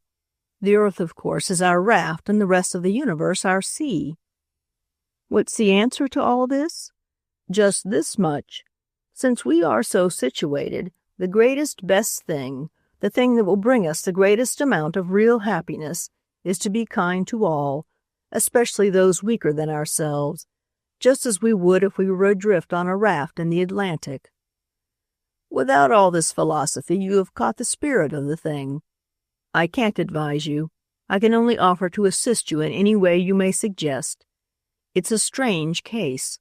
The old man is doubtless a crank. Many book collectors are. It may be, however, that there is some stronger hand back of it all. The girl appears to be the old man's devoted slave, and is too young truly to understand right from wrong. I should say, however, that she is clever far beyond her years. Lucile left the shop strengthened and encouraged. She had not found a solution to her problem, but had been told by one much older and wiser than she that she was not going at the affair in the wrong way. She had received his assurance of his assistance at any time when it seemed needed. That night a strange thing happened. Lucile had learned by repeated experience that very often the solution of life's perplexing problems comes to us when we are farthest from them and engaged in work or pursuit of pleasure which is most remote from them. Someone had given her a ticket to the opera. Being a lover of music, she had decided to abandon her work and the pursuit of the all-absorbing mystery to forget herself listening to outbursts of enchanting song. The outcome had been all that she might hope for. Lost in the great swells of music which came to her from hundreds of voices, or enchanted by the range and beauty of a single voice, she forgot all until the last curtain had been called and the crowd thronged out. There was a flush on her cheek and new light in her eyes as she felt the cool outer air of the street. She had walked 2 blocks to her station and was about to mount the stairs when, to her utter astonishment, she saw the mystery child dart across the street. Almost by instinct she went in full pursuit. The child, all oblivious of her presence, after crossing the street, darted down an alley and, after crossing 2 blocks, entered one of those dark and dingy streets which so often flank the best and busiest avenues of a city. At the 3rd door to the left, a sort of half-basement entrance that one reached by descending a short stairs, the child paused and fumbled at the doorknob. Lucile was just in time to get a view of the interior as the door flew open. The next instant she sprang back into the shadows. She gripped at her wildly beating heart and steadied herself against the wall as she murmured, "It couldn't be. Surely it could not be." And yet she was convinced that her eyes had not deceived her. The person who had opened the door was none other than the woman who had treated the child so shamefully and had dragged her along the street. And now the child had come to the door of the den which this woman called home, and of her own free will had entered the place and shut the door. What could be the meaning of all this? Some mysteries are long in solving, some are apparently never solved, some scarcely become mysteries before their solution appears.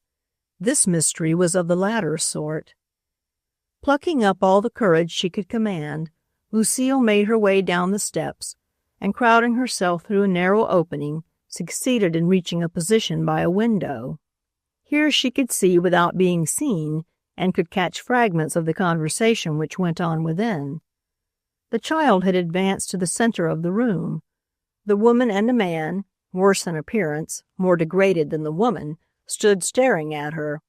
There was something heroic about the tense, erect bearing of the child. "Like Joan of Arc," Lucile thought. The child was speaking. The few words that Lucile caught sent thrills into her very soul. The child was telling the woman that she had had a book, which belonged to her friend, Monsieur Le Bon. This book was very old and much prized by him. She had had it with her that other night in a lunch-box. The woman had taken it. She had come for it. It must be given back. As the child finished, the woman burst into a hoarse laugh. Then she launched forth in a tirade of abusive language. She did not admit having the book, nor yet deny it. She was too intent upon abusing the child and the old man who had befriended her for that. At last she sprang at the child. The child darted for the door, but the man had locked and bolted it. There followed a scramble about the room which resulted in the upsetting of chairs and the knocking of kitchen utensils from the wall. At last the child, now fighting and sobbing, was roped to the high post of an ancient bedstead. Then, to Lucile's horror, she saw the man thrust a heavy iron poker through the grate of the stove in which a fire burned brightly. Her blood ran cold. Chills raced up her spine. What was the man's purpose? Certainly nothing good. Whatever these people were to the child, whatever the child might be, the thing must be stopped. The child had at least done one heroic deed. She had come back for that book, the book which at this moment rested in Lucile's own room. Frank Morrow's book. She had come for it knowing what she must face, and had come not through fear, but through love for her patriarchal friend, Monsieur Le Bon. Somehow she must be saved. With a courage born of despair, Lucile made her way from the position by the window toward the door. As she did so, she thought she caught a movement on the street above her. She was sure that a second later she heard the sound of lightly running footsteps. Had she been watched from above? What was to come of that? There was no time to form an answer. One hand was on the knob. With the other she beat the door. The door swung open. She stepped inside. It seemed to her that the door shut itself behind her. For a second her heart stood still as she realized that the man was behind her, that the door was bolted. Chapter 12. The Trial by Fire. The moment Lucile heard the lock click behind her, she knew that she was trapped. But her fighting blood was up. Even had the door been wide open, she would not have retreated. "You released that child," she said through cold, set lips. "Yes, you tell me release the child," said the woman with an attempt at sarcasm. "You who are so brave, who have a companion who is like an ox, who likes to beat up poor women on the street. You say release the child. You say that. And the child, she is my own stepdaughter." I don't believe it," said Lucile stoutly. "It is true." "If it is true, you have no right to abuse her. You are not fit to be any child's mother." "Not fit?" The woman's face became purple with rage. "I am no good, she says. Not fit." She advanced threateningly toward Lucile. Now, she stormed. "We have you where we want you. Now we shall show you whether or not we can do as we please with the child that was so very kindly given to us." She made a move toward the stove, from which the handle to the heavy poker protruded. By this time the end must be red hot. "It's no use to threaten me," said Lucile calmly. "I wouldn't leave the room if I might. If I did, it would be to bring an officer. I mean to see that the child is treated as a human being and not as a dog." The woman's face once more became purple. She seemed petrified, quite unable to move, from sheer rage. But the man, a sallow-complexioned person with a perpetual leer in one corner of his mouth, started for the stove. With a quick spring, Lucile reached the handle of the poker first. Seizing it, she drew it white-hot from the fire. The man sprang back in fear. The woman gripped the rounds of a heavy chair and made as if to lift it for a blow. Scarcely realizing that she was imitating her hero of fiction, she brought the glowing iron close to the white and tender flesh of her forearm. "You think you can frighten me," she smiled. "You think you can do something to me which will cause me to cease to attempt to protect that child. Perhaps you would torture me. I will prove to you that you cannot frighten me. What I have been doing is right. The world was made for people to live in who do right. If one may not always do right, then life is not worth living." The fiery weapon came closer to her arm. The woman stared at her as if fascinated. The child, who had been silently struggling at her bands, paused in open-mouthed astonishment. For once the leer on the man's lips vanished. Then, of a sudden, as she appeared to catch the meaning of it all, the child gave forth a piercing scream. The next instant there came a loud pounding at the door as a gruff voice thundered, "Here, you in there, open up." The woman dropped upon the ill-kept bed in a real or pretended swoon. Lucile allowed the poker to drop to her side. With trembling fingers the man unloosed the door, and the next instant they were looking into the faces of a police sergeant and two other officers of the law. "What's going on here?" demanded the sergeant. Suddenly recovering from her swoon, the woman sprang to her feet. "That young lady," she pointed an accusing finger at Lucile, "is attempting to break up our home." The officer looked them over one by one. "What's the girl tied up for?" he demanded. "It's the only way we can keep her home," said the woman. "That young lady's been enticing her away, her and an old wretch of a man." "Your daughter?" "My adopted daughter." "What about it, little one?" The officer stepped over and, cutting the girl's bands, placed a hand on the child's head. "Is what she says true?" I don't know, she faltered. Her knees trembled as she could scarcely stand. I never saw the young lady until now, but I think she is wonderful. Is this woman your stepmother? The girl hung her head. Do you wish to stay with her? Oh, mon Dieu, no, no, no, oh, mon Dieu. The child, in her agony of fright and grief, threw herself face down upon the bed.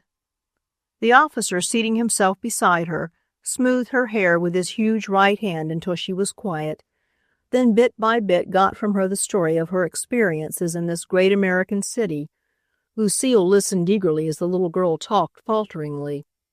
A Belgian refugee, she had been brought to the United States during the war, and because this unprincipled pair spoke French, which she too understood, the good-hearted but misguided people who had her in charge had given her over to them without fully looking up their record. Because she was small and had an appealing face, and because she was a refugee, they had sent her to begging on the street and had more than once asked her to steal.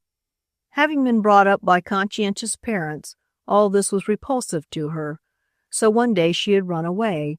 She had wandered the streets of the great unfriendly city until, almost at the point of starvation, she had been taken home by a very old man, a Frenchman.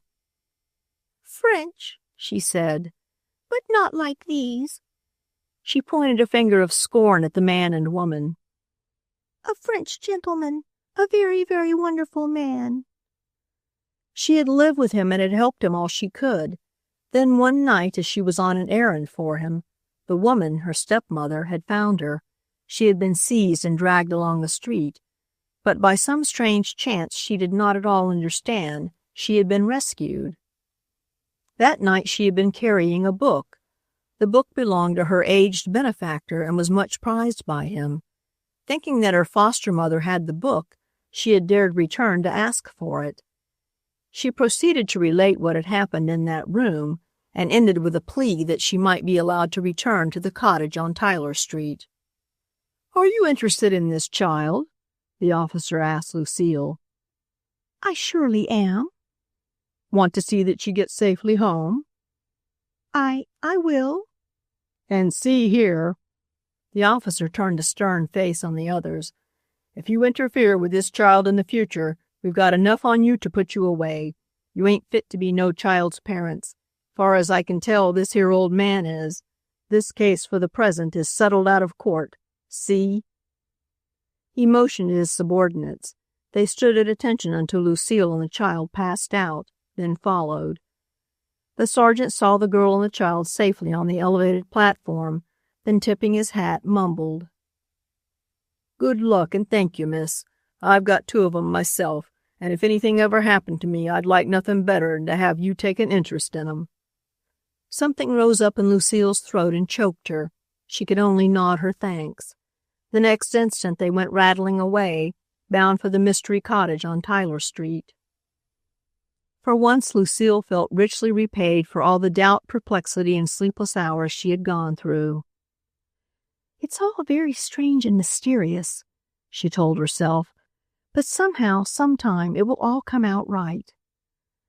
As she sat there absorbed in her own thoughts, she suddenly became conscious of the fact that the child at her side was silently weeping. "Why," she exclaimed, "what are you crying for? You were going back to your cottage and to your kind old man." "The book," whispered the child. "It is gone. I can never return it." A sudden impulse seized Lucile, an impulse she could scarcely resist. She wanted to take the child in her arms and say, "Dear little girl, I have the book in my room. I will bring it to you tomorrow." She did not say it. She could not. As far as she knew, the old man had no right to the book. It belonged to Frank Morrow. What she did say was, "I shouldn't worry any more about it if I were you. I'm sure it will come out all right in the end." Then, before they knew it, they were off the elevated train and walking toward Tyler Street, and Lucile was saying to herself, "I wonder what next?" Hand in hand, the two made their way to the door of the dingy old cottage. Chapter 13. In the Mystery Room at Night. Much to her surprise, just when she had expected to be trudging back to the station alone, Lucile found herself seated by a table in the mystery room.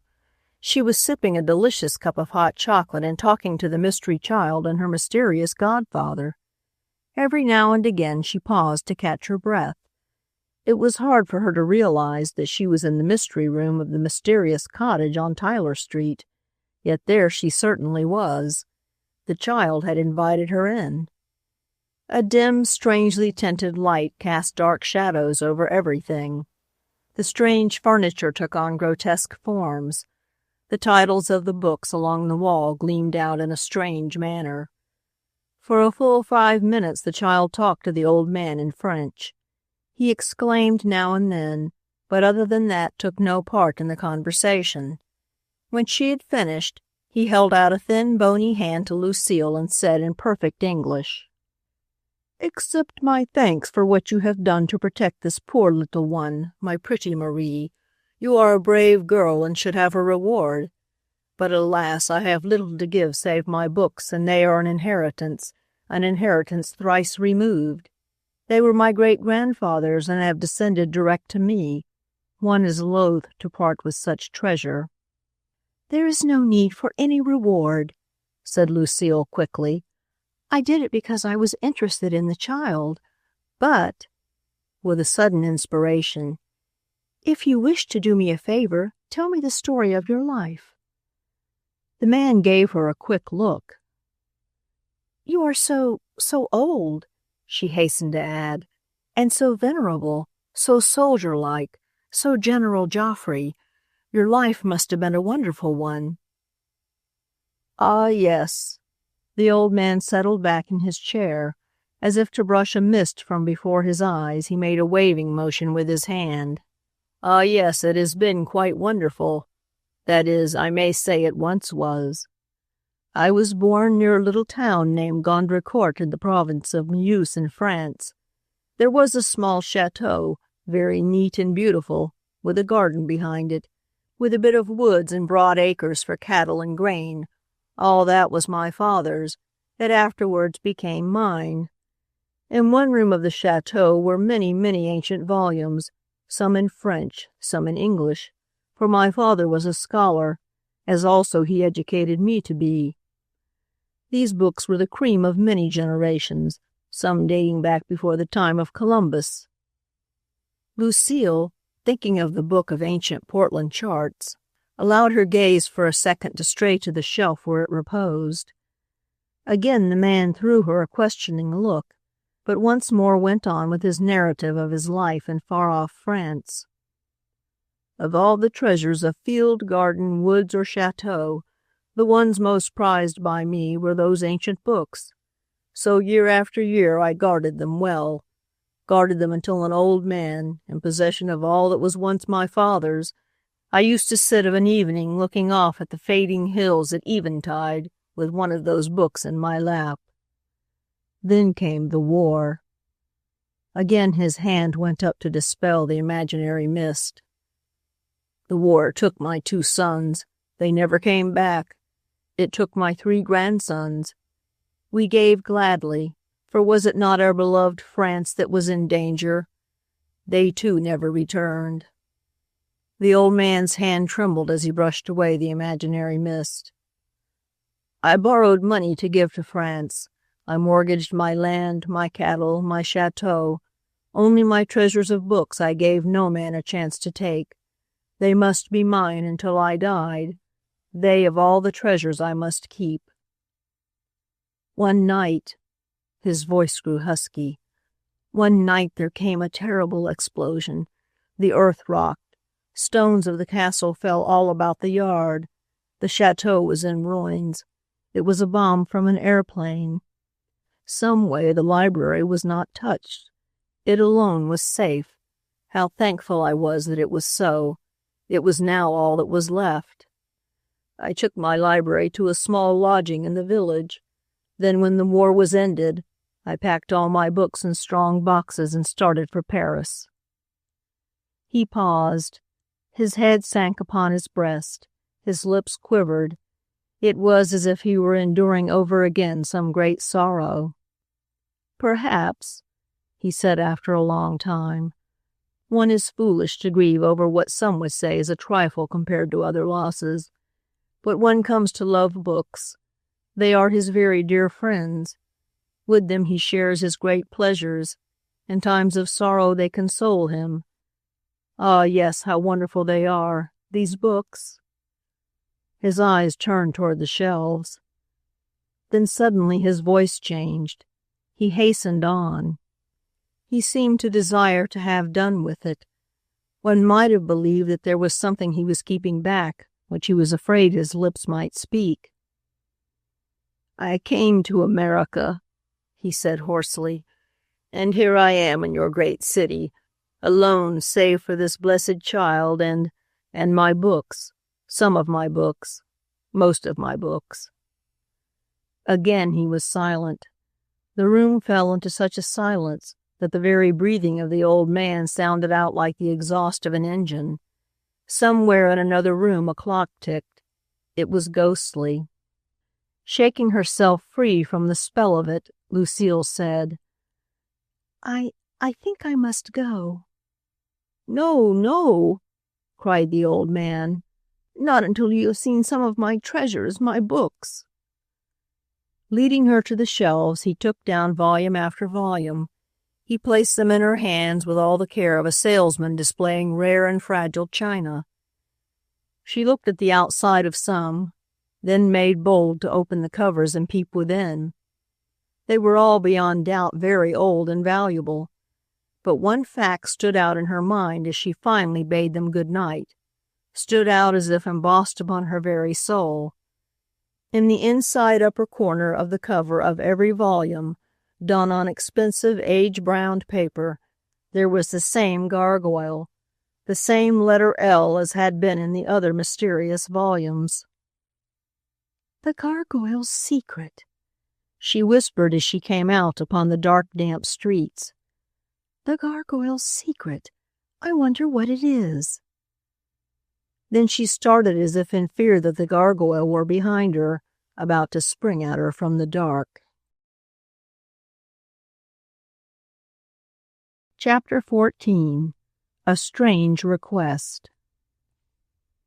"But, Lucile," exclaimed Florence in an excited whisper, springing up in her bed after she had heard Lucile's story, "how did the police know that something was going wrong in that house? How did they come to be right there when you needed them most?" "That's just what I asked the sergeant," answered Lucile, "and he just shrugged his shoulders and said, 'Somebody tipped it off.' Which meant, I suppose, that someone reported the fact to police headquarters that something was wrong in that house." "I suppose so. Is that all you know about it?" "Why, I thought I heard someone hurrying away on the sidewalk just as I was going to enter." "You don't suppose?" "Oh, I don't know what to suppose." Lucile gave a short, hysterical laugh. "It is getting to be much too complicated for me. I can't stand it much longer. Something's going to burst. I think all the time that someone is dogging my tracks.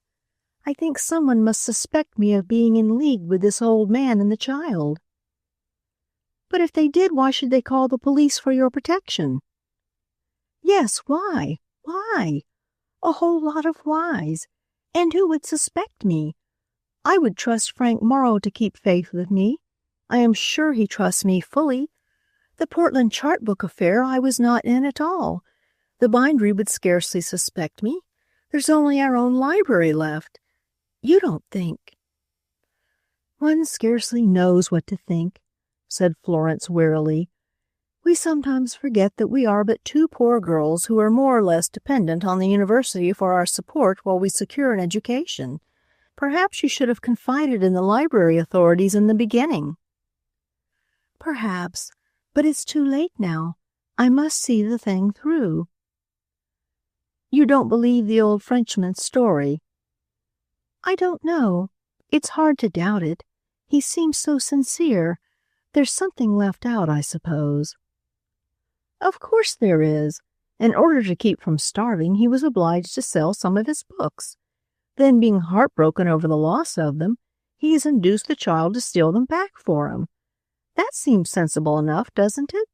Of course, it's a pity that he should have been forced to sell them, but they were in a way a luxury. We all are obliged to give up some luxuries. For my part, I don't see how you are going to keep him out of jail. The child will probably come clear because of her age, but there's not a chance in a million of saving him. There's got to be a showdown sometime. Why not now? The facts we have in our possession are the rightful property of others, of our library, Frank Morrow, the scientific library, of the Silver Barnard Bindery. Why not pass them on? Florence was sitting bolt upright in bed. She pointed her finger at her roommate by way of emphasis. But tired and perplexed as she was, Lucile never flinched. Your logic is all right save for two things. She smiled wearily. What two? The character of the old man and the character of the child. They could not do the things you suggest. No, not for far greater reward. Not in 1,000 years. She beat the bed with her hands. There must be some other explanation. There must. For a moment there was silence in the room. Lucile removed her street garments, put on her dream robe, and crept into bed. Oh, she sighed. I forgot to tell you what that extraordinary child asked me to do. What? She said she had an errand to do for the old Frenchman, that it would take her a long way from home and she was afraid to go alone. She asked me if I would go with her. What did you tell her? I told her that both my roommate and I would go. You did? Why, yes.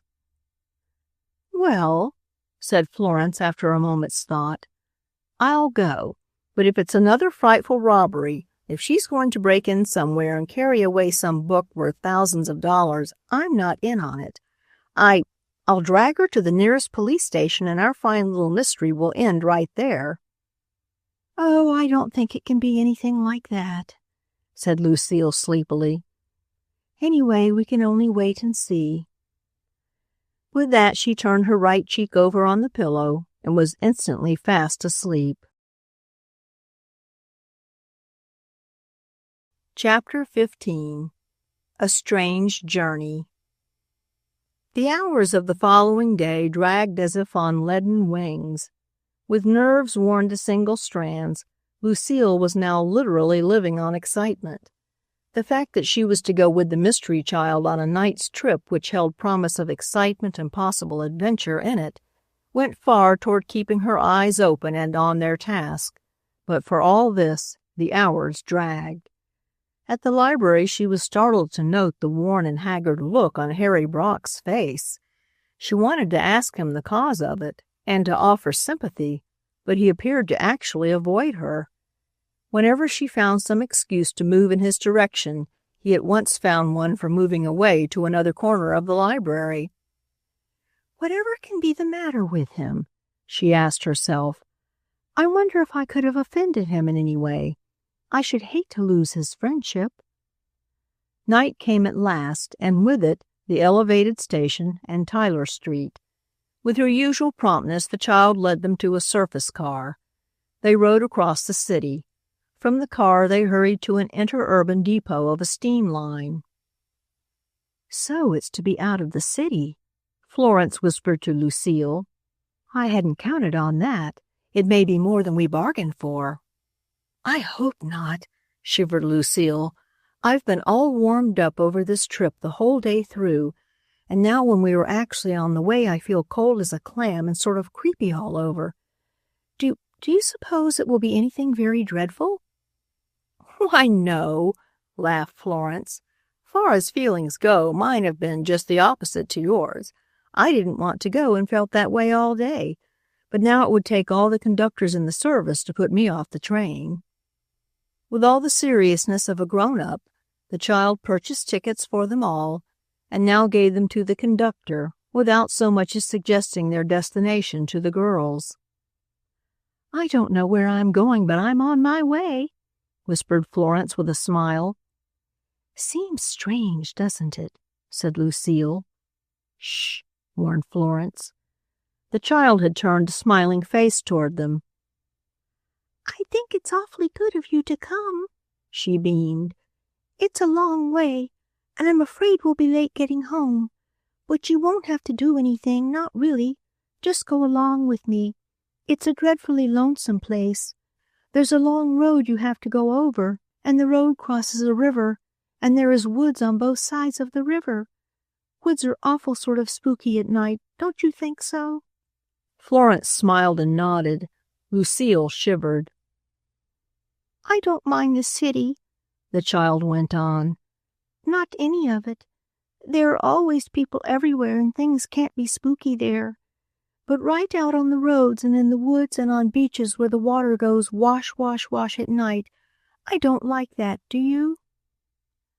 "Sometimes I do," said Florence. "I think I'm going to like it a lot tonight." "Oh, are you?" exclaimed the child. "Then I'm glad because it was awfully nice of you to come." "A long road, woods and a river," Florence repeated in Lucile's ear. "Wherever can we be going? I suppose we would get off at one of the near-in suburbs." "Evidently," said Lucile, forcing a smile. "We are in for a night of it. I'm going to catch 40 winks. Call me when we get to the road that crosses the river in the woods." She bent her head down upon one hand and was soon fast asleep. She was awakened by a shake from Florence. "We're here. Come on, get off." What they saw on alighting was not reassuring. A small red depot, a narrow, irregular platform, a square of light through which they saw a young man with a green shade over his eyes bending before a table filled with telegraph instruments. This was all they saw. Beyond these, like the entrance to some huge magical cave, the darkness loomed at them. The child appeared to know the way, even in the dark, for she pulled at Florence's sleeve as she whispered, "This way, please. Keep close to me." There was not the least danger of the girls failing to keep close, for once they had passed beyond sight of that friendly square of light and the green-shaded figure, they were hopelessly lost. True, the darkness shaded off a trifle, as their eyes became more accustomed to it. They could tell that they were going down a badly kept sandy road. They could see the dim outline of trees on either side, but that was all. The trees seemed a wall which shut them in on either side. "Trees are spooky at night," Lucile whispered as she gripped her companion's arm a little more tightly. "Where are we?" Florence whispered. "I couldn't guess." "Pretty far out. I counted 5 stops after the lights of the city disappeared." "Listen." "What is it?" "Water rushing along somewhere." "Might be the river. She said there was one." "Rivers rush like that in the mountains, but not here. Must be the lake shore." "Hist." The child was whispering back at them. "We are coming to the bridge. It's a very long bridge and spooky. I think we better tiptoe across it, but we mustn't run. The galloping goblins will come after us if we do. Besides, there's an old rusty sign on the bridge that says, 'No trotting across the bridge.'" The next moment they felt a plank surface beneath their feet and knew they were on the bridge. It must have been a very ancient bridge. This bridge had never been remodeled to fit the need of automobiles. The planks rattled and creaked in an ominous manner in spite of their tiptoeing. "I wonder how much more there is of it," Florence groaned in a whisper when they had gone on tiptoes for what seemed an endless space of time. "If my toes don't break, I'm sure my shoes will." As for Lucile, she was thinking her own thoughts. She was telling herself that if it were not for the fact that this night's performance gave promise of being a link in the chain of circumstances which were to be used in dragging the Gargoyle's secret from its lair, she would demand that the child turn about and lead them straight back to the city. Since she had faith that somehow the mystery was to be solved and her many worries and perplexities brought to an end, she tiptoed doggedly on. And it was well that she did, for the events of this one night were destined to bring about strange and astounding revelations. She was not to see the light of day again before the Gargoyle's secret would be fully revealed. But had she known the series of thrilling events which would lead up to that triumphant hour, she would have shrunk back and whispered, "No, no, I can't go all that way." Often and often we find this true in life. We face seemingly unbearable situations. Something is to happen to us. We are to go somewhere, be something different, do some seemingly undoable thing, and we say, "We cannot endure it." Yet we pass through it as through a fog to come out smiling on the other side. We are better, happier, and stronger for the experience. It was to be so with Lucile. The bridge was crossed at last. More dark and silent woods came to flank their path.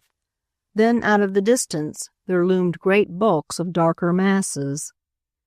"Mountains, I'd say they were," whispered Lucile, "if it weren't for the fact that I know there are none within 500 miles.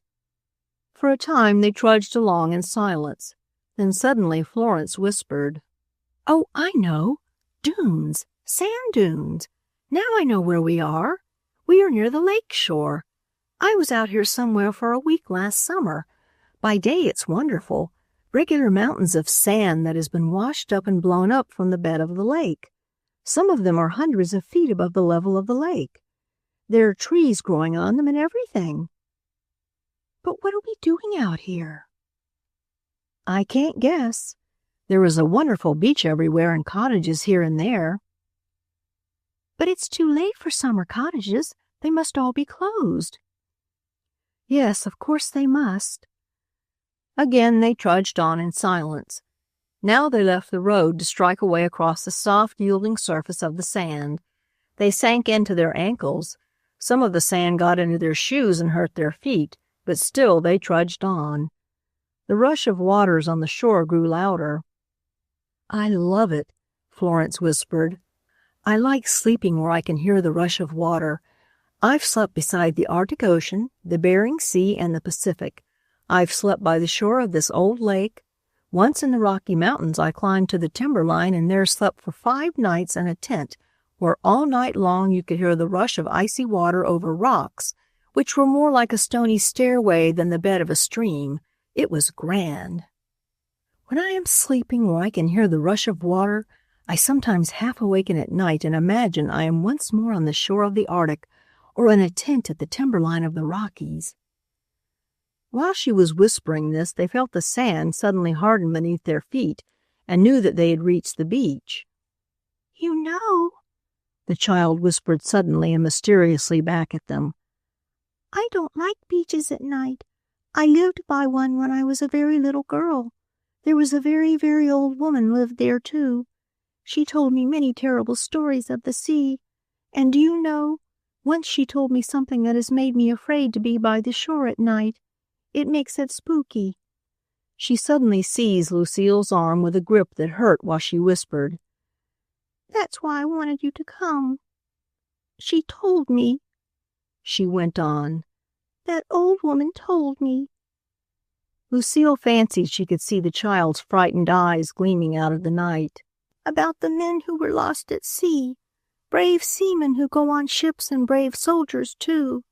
Their bodies got washed all about on the bottom of the water. The fishes eat them and by, they are all gone. But their souls can't be eaten. No, sir, no one can eat them. The old woman told me that." The child paused. Her breath was coming quick.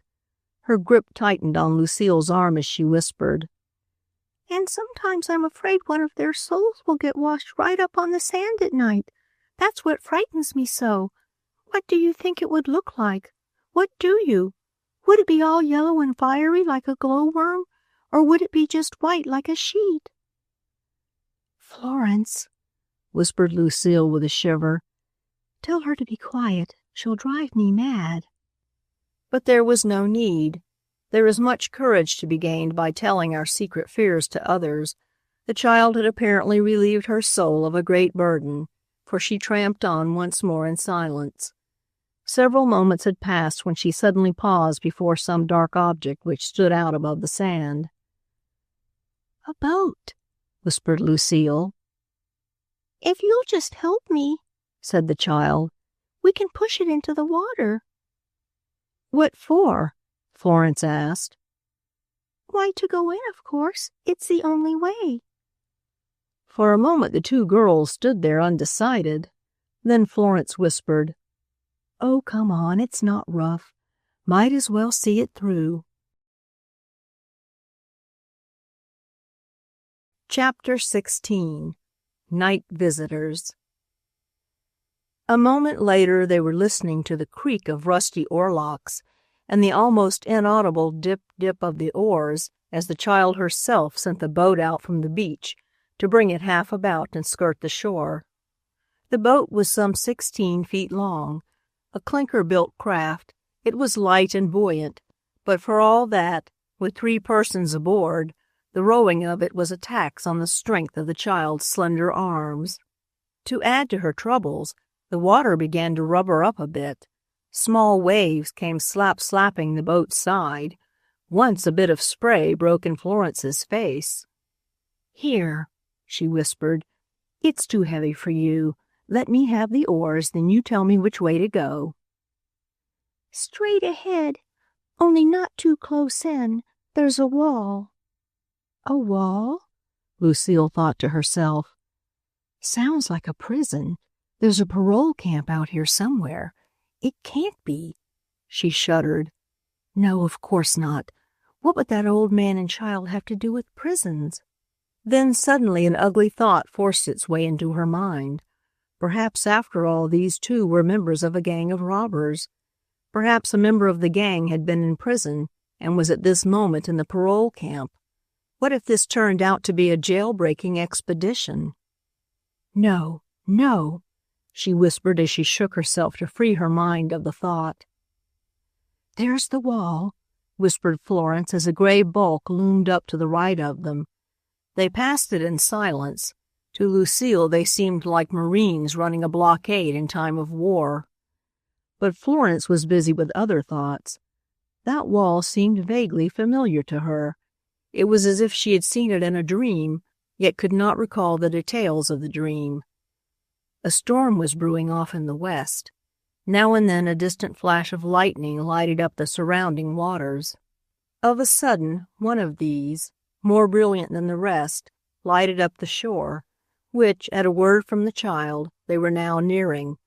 What Florence saw was a small, artificially dredged buoy with a dock and large boathouse at the back. Instantly what had been a dream became a reality. She had seen that wall, and the little buoy and boathouse as well. Only the summer before she had spent 2 nights and a day with a party on the dunes. They had hired a motorboat and had skirted the shore. This place had been pointed out to her and described as the most elaborate and beautiful summer cottage on the shore. "Why," she whispered with a sigh of relief, "this is the summer cottage of your friend, R. Stanley Ramsey, Jr., the young man you saw at Frank Morrow's place and whom we saw later at the Mystery Cottage. This isn't any brigandish thieving expedition. It is merely a business trip. Probably the old man has sold him one of his books." Lucile's first reaction to this news was intense relief. This was not a jail-breaking expedition. In fact, was not to be in any way an adventure. But the next instant doubt came. "What would that young man be doing in a summer cottage at this time of year?" she demanded. "All the cottages must have been closed for nearly a month. Society flies back to the city in September. Besides, if it's plain business, why all this slipping in at the lakefront instead of passing through the gate?" Florence was silent at that. She had no answer. "Does seem strange," she mused. "There's a very high fence all about the place, but of course there must be a gate." The next instant the boat grated on the sandy beach and they were all climbing out. Lucile shivered as she caught sight of a large, low, rambling building which lay well up from the shore. "What next?" she whispered to herself. The storm was still rumbling in the west. The sky to the east was clear. Out from the black waters of the lake, the moon was rolling. Its light suddenly brightened up the shore. The girls stared about them.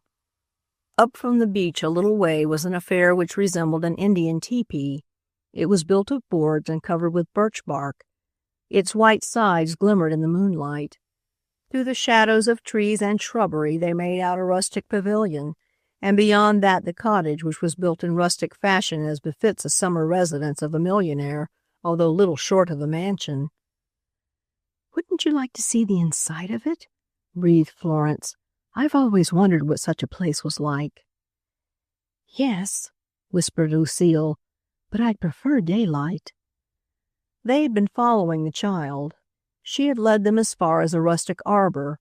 Built of cedar poles with the bark left on, this presented itself as an inviting place to rest. "You stay here," the child whispered. "I'll come back."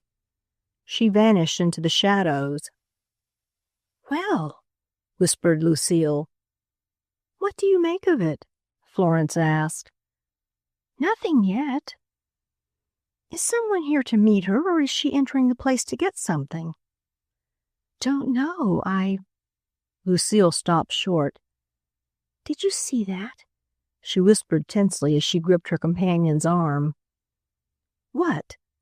"There was a flash of light in the right wing of the building, like the flicker of a match." "She can't have reached there yet." "No." "Do you think we should warn her? I can't help thinking she's going to break into the place." "If she is, she should be caught. If we think she is, perhaps we should notify the police." "The police? In such a place? You forget that we are many miles from the city, and 2 or 3 miles from even a railroad station. Guess we'll have to see it through." "Let's do it then?" The two girls rose and began making their way stealthily in the direction the child had taken. Now and again they paused to listen. Once they heard a sound like the creaking of a door. Lucile caught a second flash of light. They paused behind 2 pine trees not 10 feet from the side entrance. The wind rustled in the pine trees. The water broke ceaselessly on the shore. Otherwise all was silence. "Creepy," whispered Lucile. "Ghostly," Florence shivered. "I believe that door is ajar." "It is." "Let's creep up close." The next moment found them flattened against the wall beside the door. This door stood half open. Suddenly they caught a flash of light. Leaning far over to peer within, they saw the child bent over before a huge bookcase. The room, half illumined by her flashlight, was a large lounging room. The trimmings were rustic and massive. Beamed ceiling and heavy beams along the walls were flanked by a huge fireplace at the back. The furniture was in keeping, massive mission oak with leather cushions on chairs. "What a wonderful place," Florence whispered. "What wouldn't one give to have it for a study?" The child had taken 3 books from the shelves. All these she replaced. She was examining the 4th when Lucile whispered, "That's the one she has come for." "Why?" "The light fell full upon the inside of the cover. I saw the gargoyle there." The prediction proved a true one, for after carefully closing the case, the child switched off the light. Scarcely realizing what they were doing, the girls lingered by the door. Then suddenly Lucile realized their position. "She'll be here in a second," she whispered. They turned, but not quickly enough, for of a sudden a glare of light from a powerful electric flashlight blinded them, while a masculine voice with a distinctly youthful ring to it demanded, "Who's there?" To their consternation, the girls felt the child bump into them as she backed away, and there they all stood framed in a circle of light. The glaring light with darkness behind it made it impossible for them to see the new arrival, but Lucile knew instantly from the voice that it was the millionaire's son. For a full moment no one spoke. The tick-tock of a prodigious clock in one corner of the room sounded out like the ringing of a curfew. "Oh, I see," came at last in youthful tones from the corner. "Just some girls, and pretty ones too, I'll be bound.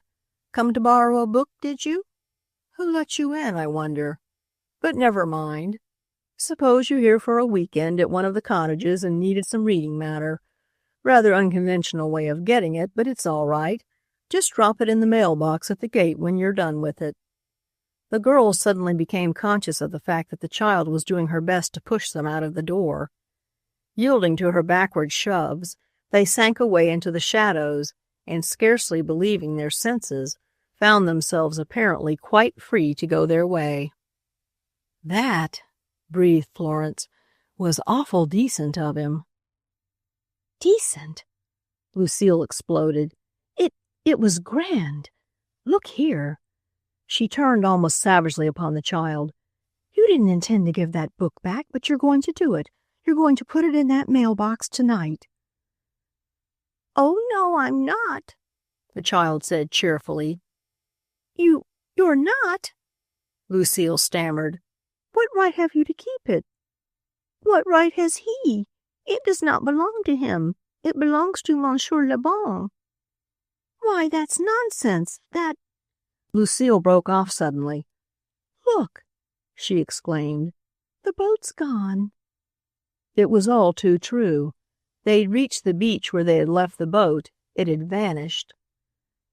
"So we are prisoners after all," Florence whispered. And he was just making fun of us. He knew we wouldn't get away," breathed Lucile, sinking helplessly down upon the sand. Chapter 17. A Battle in the Night. "Oh, brace up," exclaimed Florence, a note of impatience creeping into her voice.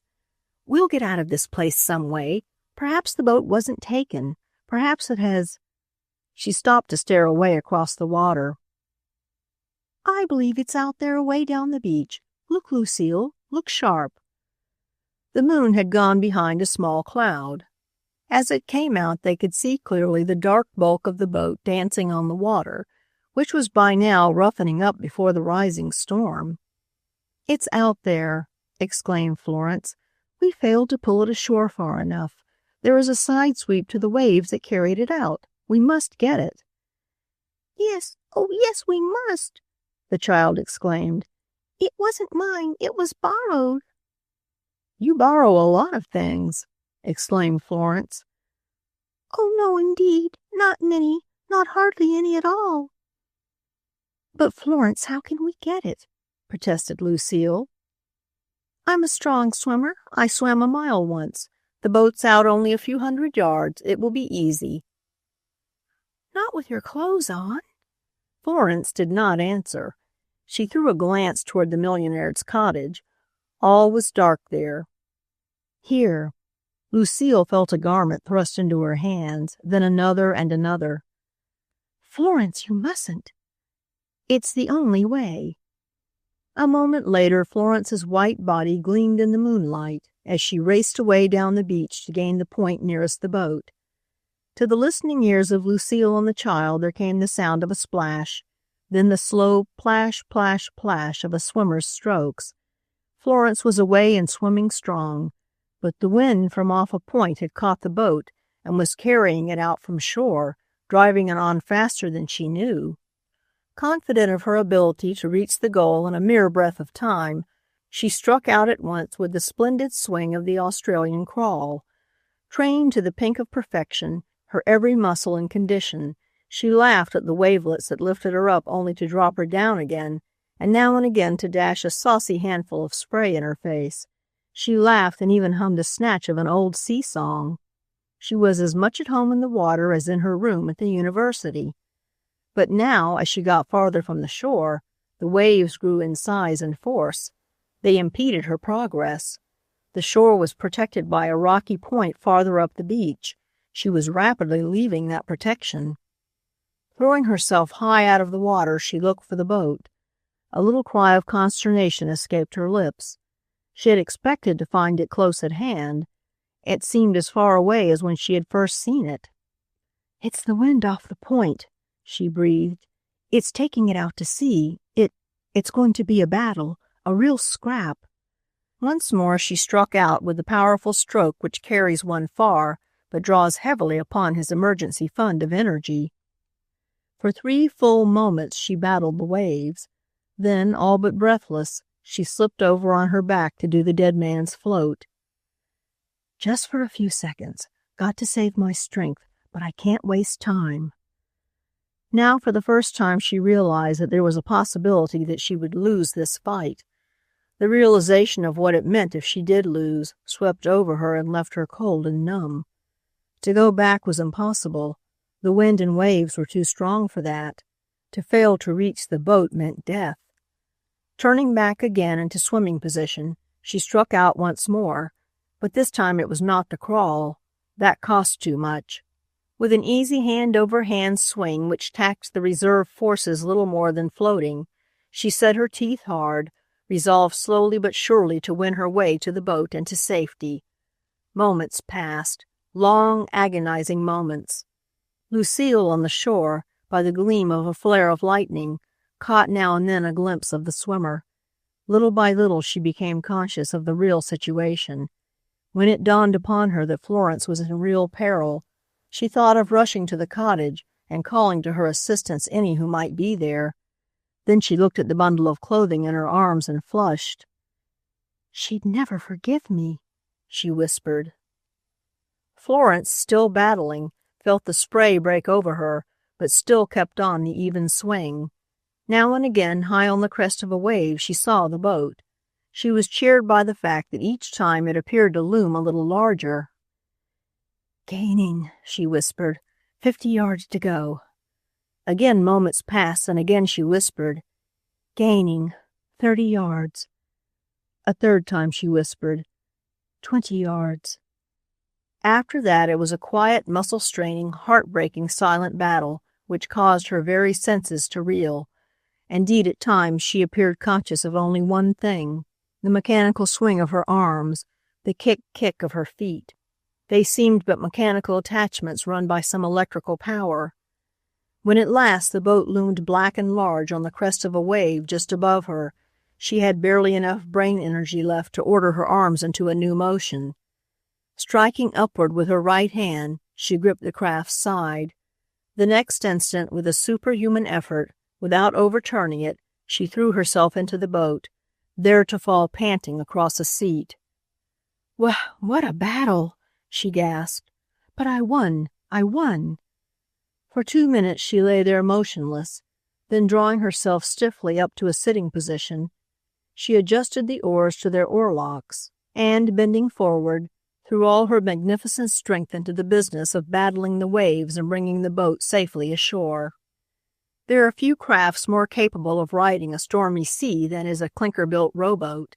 Light as a cork, it rides the waves like a seagull. Florence was not long in finding this out. Her trip ashore was one of joyous triumph. She had fought a hard physical battle and won. This was her hour of triumph. Her lips thrilled a "Hi-la, hi-la, hi-lo," which was heard with delight by her friends on land. Her bare arms worked like twin levers to a powerful engine as she brought the boat around and shot it toward shore. A moment for rejoicing, 2 for dressing. Then they all 3 tumbled into the boat to make the tossing trip round the wall to shore on the other side. For the moment, the book tightly pressed under the child's arm was forgotten. Florence talked of swimming and rowing.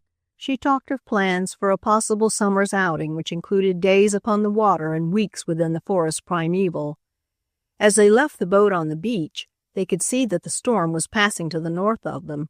It had, however, hidden the moon. The path through the forest and across the river was engulfed in darkness. Once more the child prattled of haunts, spooks, and goblins, but for once Lucile's nerves were not disturbed.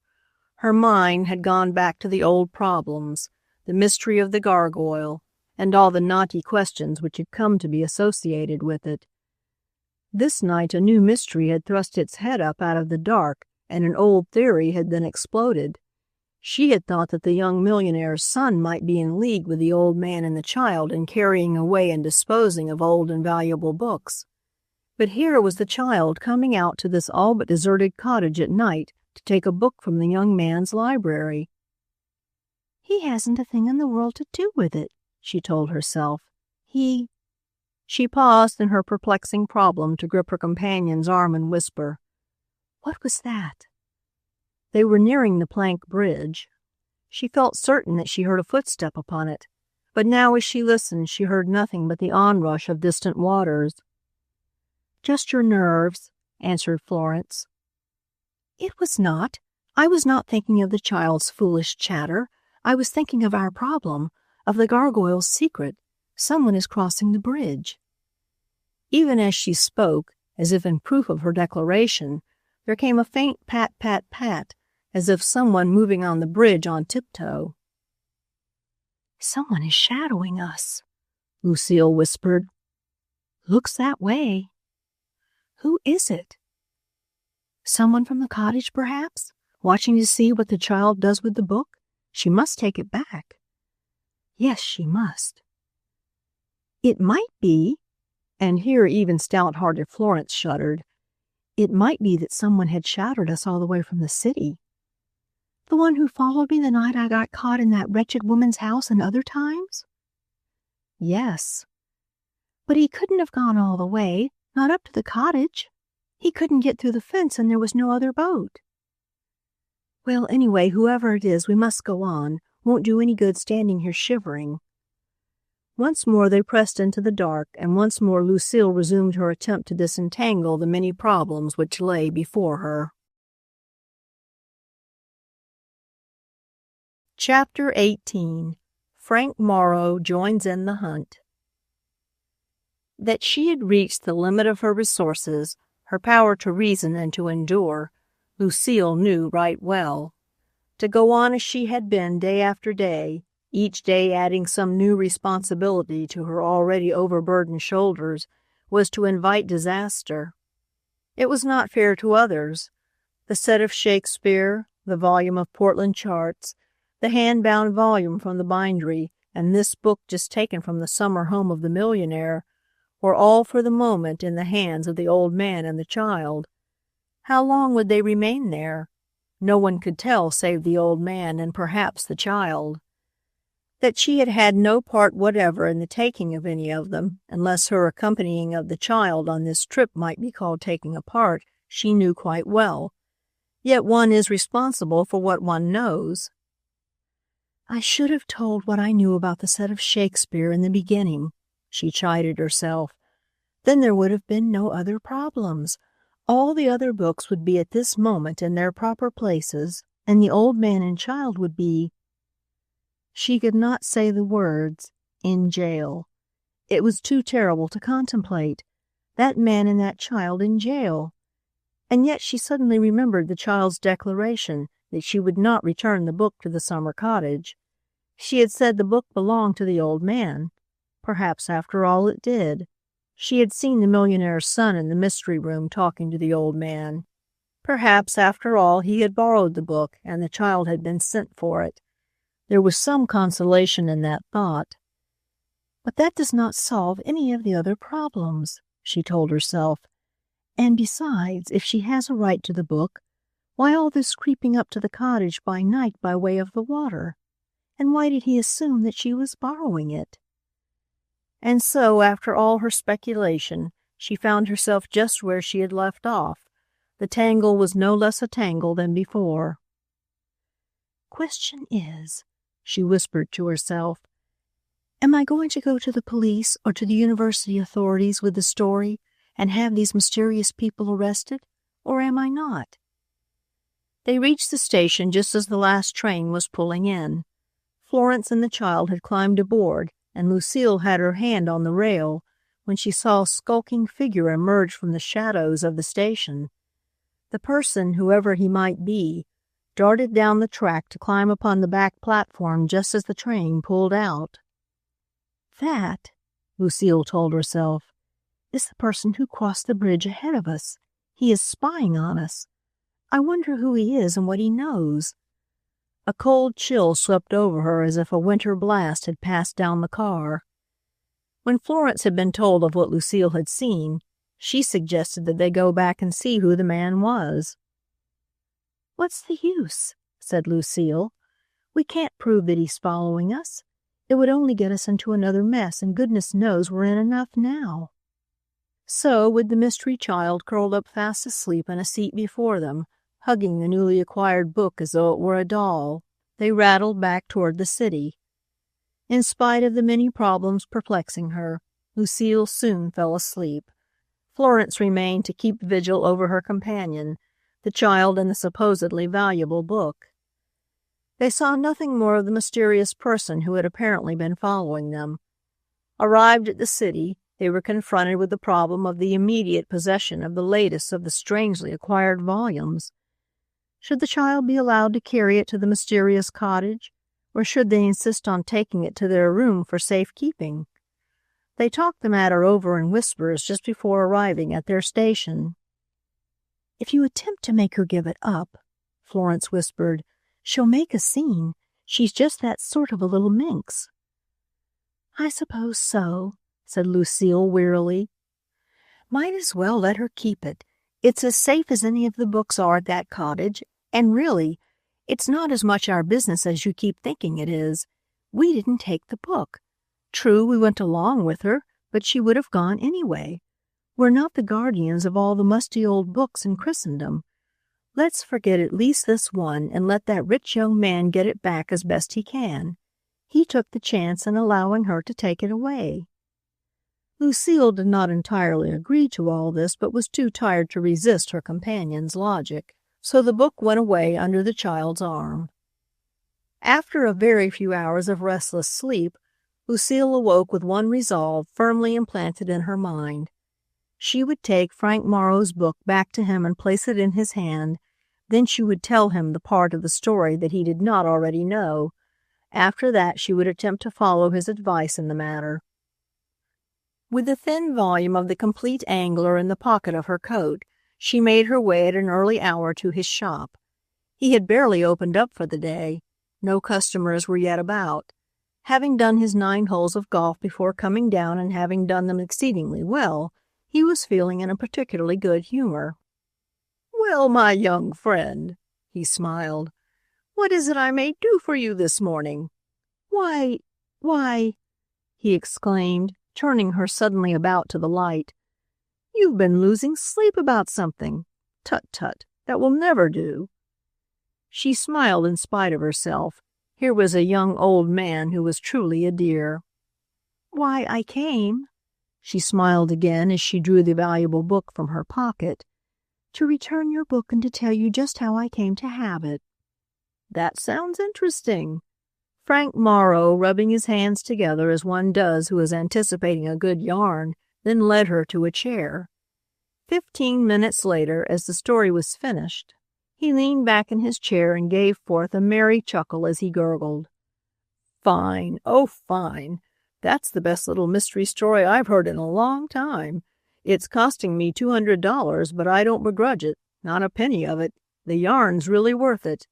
Besides, I shall make a cool 100 on the book still, which isn't so bad." $200? exclaimed Lucile in great perplexity. "Yes, the reward for the return of the book. Now that the mystery is closed and the book returned, I shall pay it to you, of course." "Oh, the reward," she said slowly. "Yes, of course. But really the mystery is not ended. It has only just begun." "As you like it," the shopkeeper smiled back. "As matters go, I should call the matter closed. I have a book stolen. You recover it and are able to tell me that the persons who stole it are an old man too feeble to work and an innocent child. You are able to put your finger on them and to say, 'These are the persons.' I can have them arrested if I choose.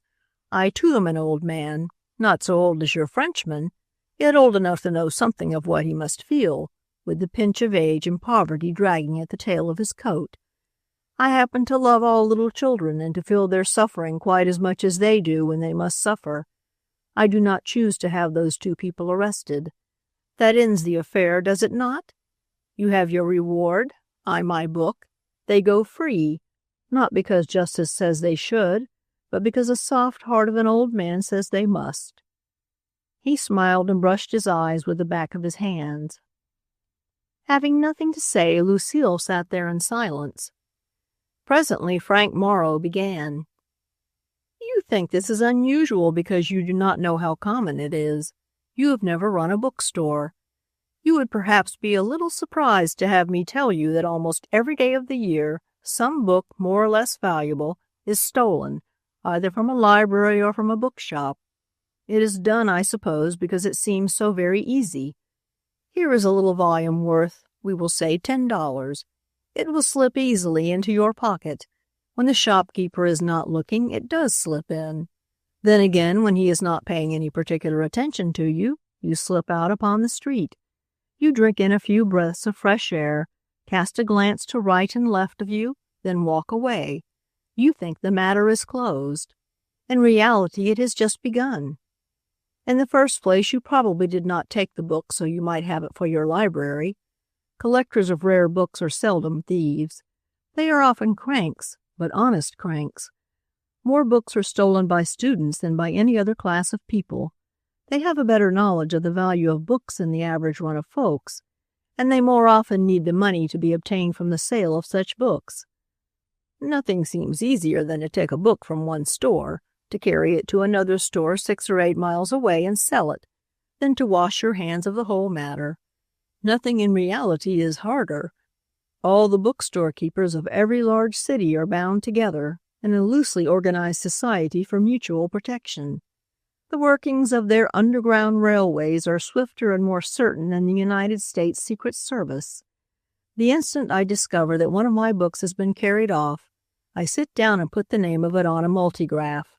This prints the name on enough postcards to go to all the second-hand bookshops in the city.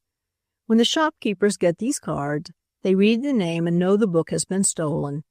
If they have already bought it, they start a search for the person who sold it to them. They generally locate him. If the book has not yet been disposed of, every shopkeeper is constantly on the lookout for it until it turns up. So, he smiled, you see how easy it is to steal books. And yet they will steal them, he went on. Why, he smiled reminiscently, not so long ago I had the same book stolen twice within the week. Did you find out who it was? In both cases at once. Different people? Entirely different. Never met as far as I know. The first one was an out-and-out rascal.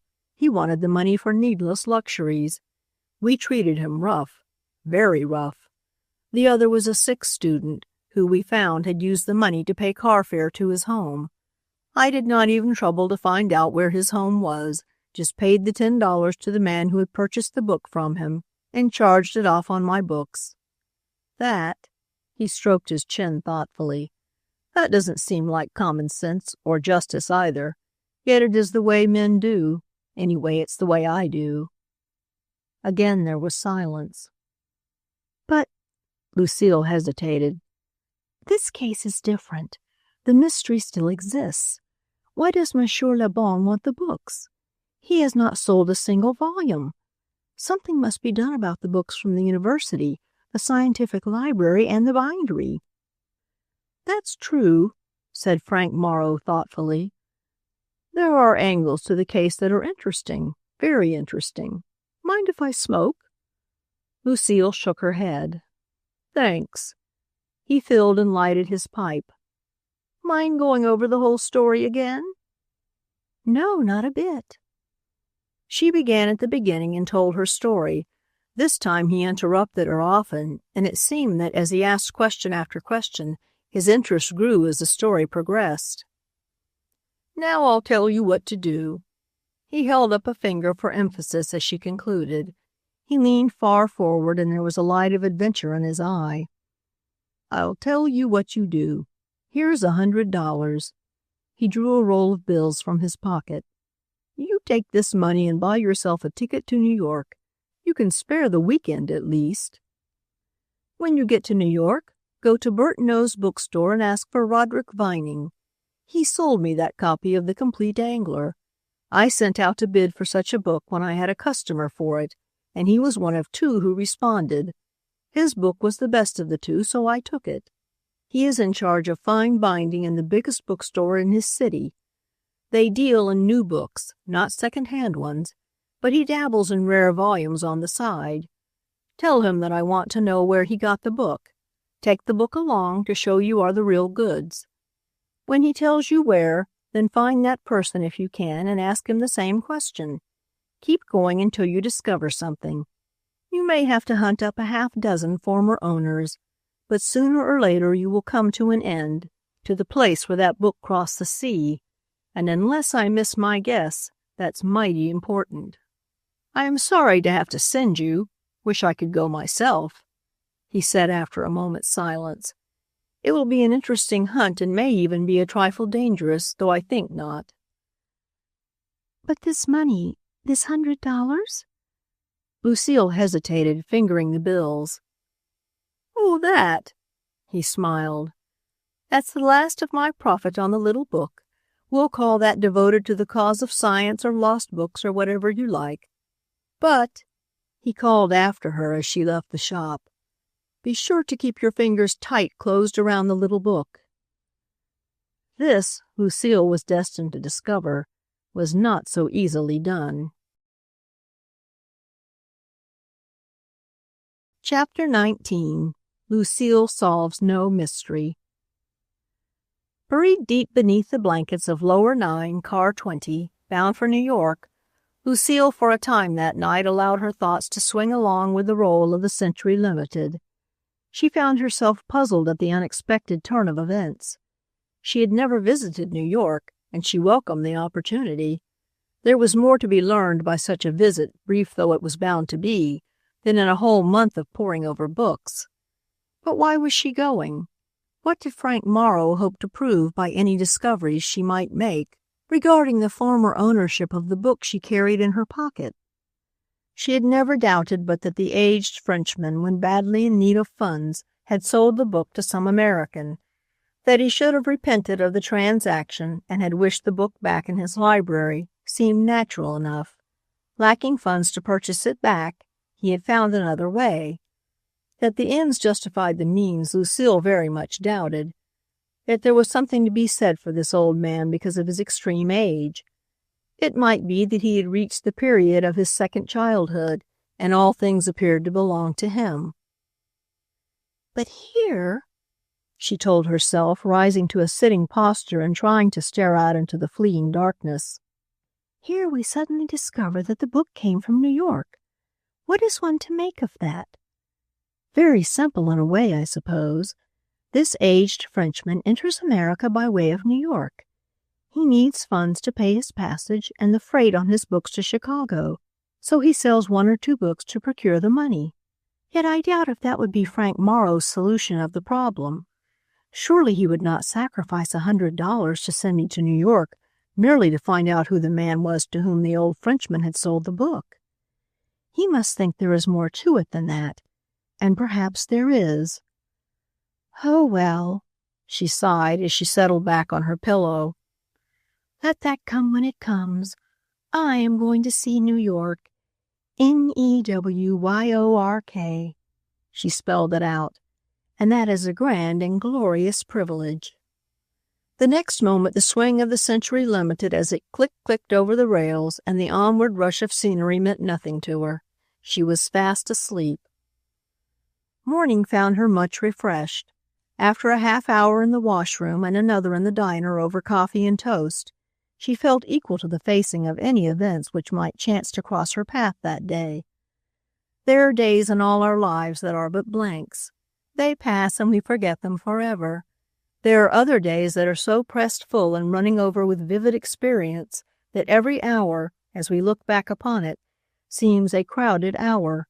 Such days we never forget, and this was destined to be such a day in the life of Lucile. Precisely at 9 o'clock, she was at the door of Burtnoe's bookstore. To save time, she had taken a taxi. The clerk who unfastened the door looked at her curiously. When she asked for Roderick Vining, she was directed by a nod to the back corner of the room. She made her way into a square alcove where an electric light shining brightly from the ceiling brought out a gleam of real gold from the backs of thousands of books done in fine bindings. Bending over a desk telephone was the form of a tall, slender-shouldered man. Are you Roderick Vining?" She faltered, at the same time drawing the complete angler half out of her pocket. His only answer was to hold up one long, tapering finger as a signal for silence. Someone was speaking at the other end of the wire. With burning cheeks and a whispered apology, the girl sank back into the shadows. Her courage faltered. This was her introduction to New York. She had made a faux pas as her first move, and this man, Roderick Vining, was no ordinary person. She could see that. There was time to study him now. His face was long, his features thin, but his forehead was high. He impressed her, seated though he was, as one who was habitually in a hurry. Pressing matters were, without doubt, constantly upon his mind. Now he was speaking. She could not avoid hearing what he was saying without leaving the alcove, and he had not requested her to do that. "Why, yes, Mrs. Nelson," he was saying. "We can get the set for you. Of course you understand that is a very special deluxe edition. Only 300 sets struck off, then the plates destroyed. The cost would be considerable." Again he pressed the receiver to his ear. "Why, I should say $3,000, not less certainly. All right, madam, I will order the set at once. Your address? Yes, certainly I have it. Thank you. Goodbye." He placed the receiver on its hook with as little noise as if it had been padded, then turned to Lucile. "Pardon me. You wanted to see me? Sorry to keep you waiting." "Frank Morrow sent me here to ask you where you purchased this book." She held the thin volume out for his inspection. He did not appear to look at it at all. Instead, he looked her squarely in the eye. "Frank Morrow sent you all the way from Chicago that you might ask me that question? How extraordinary! Why did he not wire me? He knows I would tell him." A slight frown appeared on his forehead. I am..." She was about to tell him that she was to ask the next person where he got it, but thinking better of it, said instead, "That is only part of my mission to New York. Won't you please look at the book and answer my question?" Still he did not look at the book, but to her utter astonishment said, while a smile illumined his face, "I bought that copy of The Complete Angler right here in this alcove." "From whom?" she half whispered. "From old Dan Whitner, who keeps a bookshop back on Walton Place." "Thank you," she murmured, much relieved. Here was no mystery. One bookshop selling a book to another. There was more to it. She must follow on. "I suppose," he smiled as if reading her thoughts, "that you'd like me to tell you where Dan got it, but that I cannot answer. You must ask him yourself. His address is 45 Walton Place. It is 10 minutes' walk from here. 3 blocks to your right as you leave our door, then 2 to your left, a block and a half to your left again, and you are there. The sign's easy to read, just Dan Whitner, Books. Dan's a prince of a chap. He'll do anything for a girl like you. Would for anyone, for that matter. Ever been to New York before?" he asked suddenly. "No." "Come alone?" "Yes." He whistled softly to himself. "You Western girls will be the death of us." "When there's some place that needs to be gone to, we go to it." She smiled half defiantly. "There's nothing so terrible about that, is there?" "No, I suppose not," he admitted. "Well, you go see Dan. He'll tell you anything he knows." With that, he turned to his work. Lucile, however, was not ready to go. She had one more question to ask, even though it might be another faux pas. Would you mind telling me how you knew what book I had when you did not see it?" she said. "I did see it." He smiled as if amused. "I didn't see it when you expected me to see it. That was all. I saw it long before, saw it when I was at the phone. It's a habit we book folks have of doing one thing with our ears and another with our eyes. We have to, or we'd never get through in a day if we didn't. Your little book protruded from your pocket. I knew you were going to say something about it, perhaps offer to sell it, so I looked at it. Simple, wasn't it? No great mystery about it. Hope your other mysteries will prove as simple. Got any friends in New York?" "No." He shook his head in a puzzled manner, but allowed her to leave the room without further comment. Chapter 20. That Was the Man. Dan Whitner was a somewhat shabby likeness of Roderick Vining. That is, he was a gray-haired, stoop-shouldered, young old man who knew a great deal about books. His shelves were dusty, so too was a mouse-colored jacket. Yes, he remembered the book quite well. Lucile began to get the notion that once one of these book wizards set eyes upon an ancient volume, he never forgot it. "Strange case, that," smiled Dan as he looked at her over his glasses. "Ah, here is where I learned something of real importance," was the girl's mental comment. "You see," Dan went on, "I sometimes have dinner with a very good friend who also loves books, the Reverend Dr. Edward Edwards. Dinner on such occasions is served on a tea wagon in his library. Sort of makes a fellow feel at home, don't you know? Well, one of these evenings, when the good doctor had an exceptional roast of mutton and a Hubbard squash just in from the farm, and a wee bit of something beside, he had me over. While we waited to be served, I was glancing over his books, and chanced to note the book you now have in your hand. 'I see,' I said to him jokingly, 'that you have come into a legacy.' 'Why, no,' he says, looking up surprised. 'Why should you think that?' I pointed to this little copy of The Complete Angler and said, 'Only them as are very rich can afford to possess such as this one.' He looked at me in surprise, then smiled as he said, 'I did pay a little too much for it, I guess, but the print was rather unusual. Besides, it's a great book. I don't mind admitting that it cost me $15. $15? I exploded. 'Got trimmed, did I?' He smiled back. 'Well, you know the old saying about the clergy, no business heads on them, so we'll let it stand at that.' 'Trimmed nothing!' I fairly yelled. 'The book's a small fortune in itself, one of those rare finds. Why, I'd venture to risk $600 on it myself without opening the covers of it. It's a first edition or I'm not a bookseller at all.'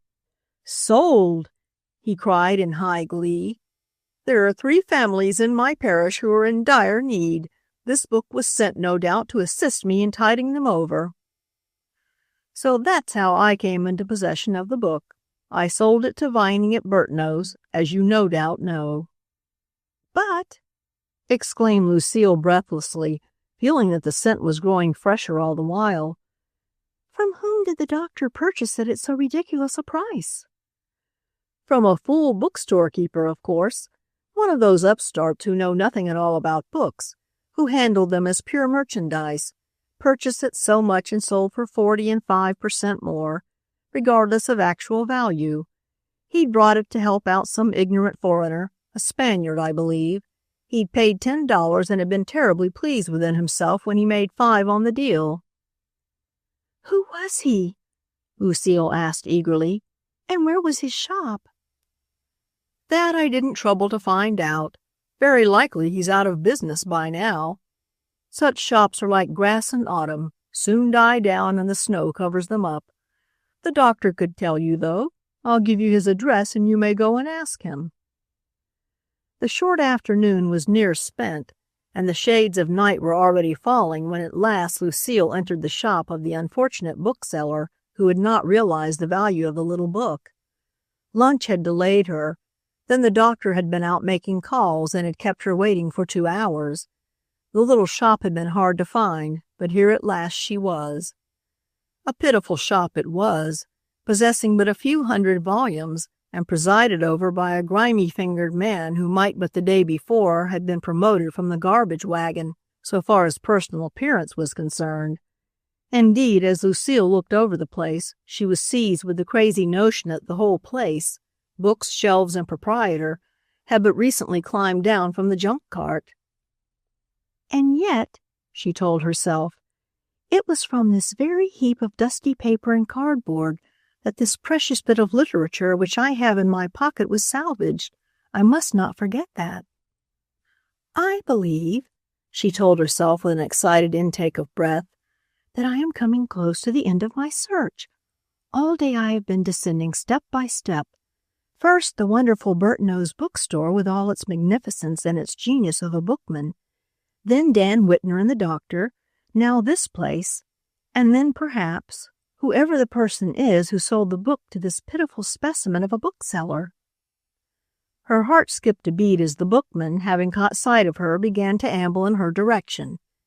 She made her question short and to the point. Where did you get this book? That book? He took it and turned it over in his hand. He scratched his head. Why, that book must have been one I bought with a lot at an auction sale last week. Want to buy it? No, no, exclaimed Lucile, seizing the book. It's not your book. It is mine, but you had it once and sold it. What I wish to know is, where did you get it? 3 customers were thumbing through the books. One seated at a table turned and looked up. His face impressed the girl at once as being particularly horrible. Dark-featured, hook-nosed, with a blue birthmark covering half his chin, he inspired her with an almost uncontrollable fear. We, she faltered. May we not step back under the light where you can see the book better? The shopkeeper followed her in stolid silence. It was necessary for her to tell him the whole story of the purchase and sale of the book before he recognized it as having once been on his shelves. "Oh, yes," he exclaimed at last. "Made $5 on her. Thought I had made a mistake, but didn't. Not that time I didn't. Where'd I get her? Let's see." As he stood there attempting to recall the name of the purchaser, Lucile's gaze strayed to an opening between 2 rows of books. Instantly her eyes were caught as a bird's by a serpent, as she found herself looking into a pair of cruel, crafty, prying eyes. They vanished instantly, but left her with a cold chill running up her spine. It was the man who had been seated at the table, but why had he been spying? She had not long to wait before a possible solution was given her.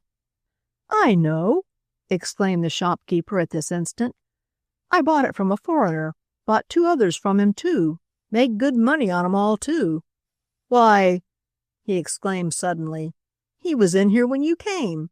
Had another book under his arm, he did. Wanted to sell it, I judge. I was just keeping him waiting a little so's he wouldn't think I wanted it too bad. If they think you want their books bad, they stick for a big price." His voice had dropped to a whisper. His eyes had narrowed to what was meant to be a very wise-meaning expression. "May be here yet." He darted around the stand of books. "That's him just going out the door. Hey, you!" he shouted after the man. Paying not the least attention, the person passed out, slamming the door after him.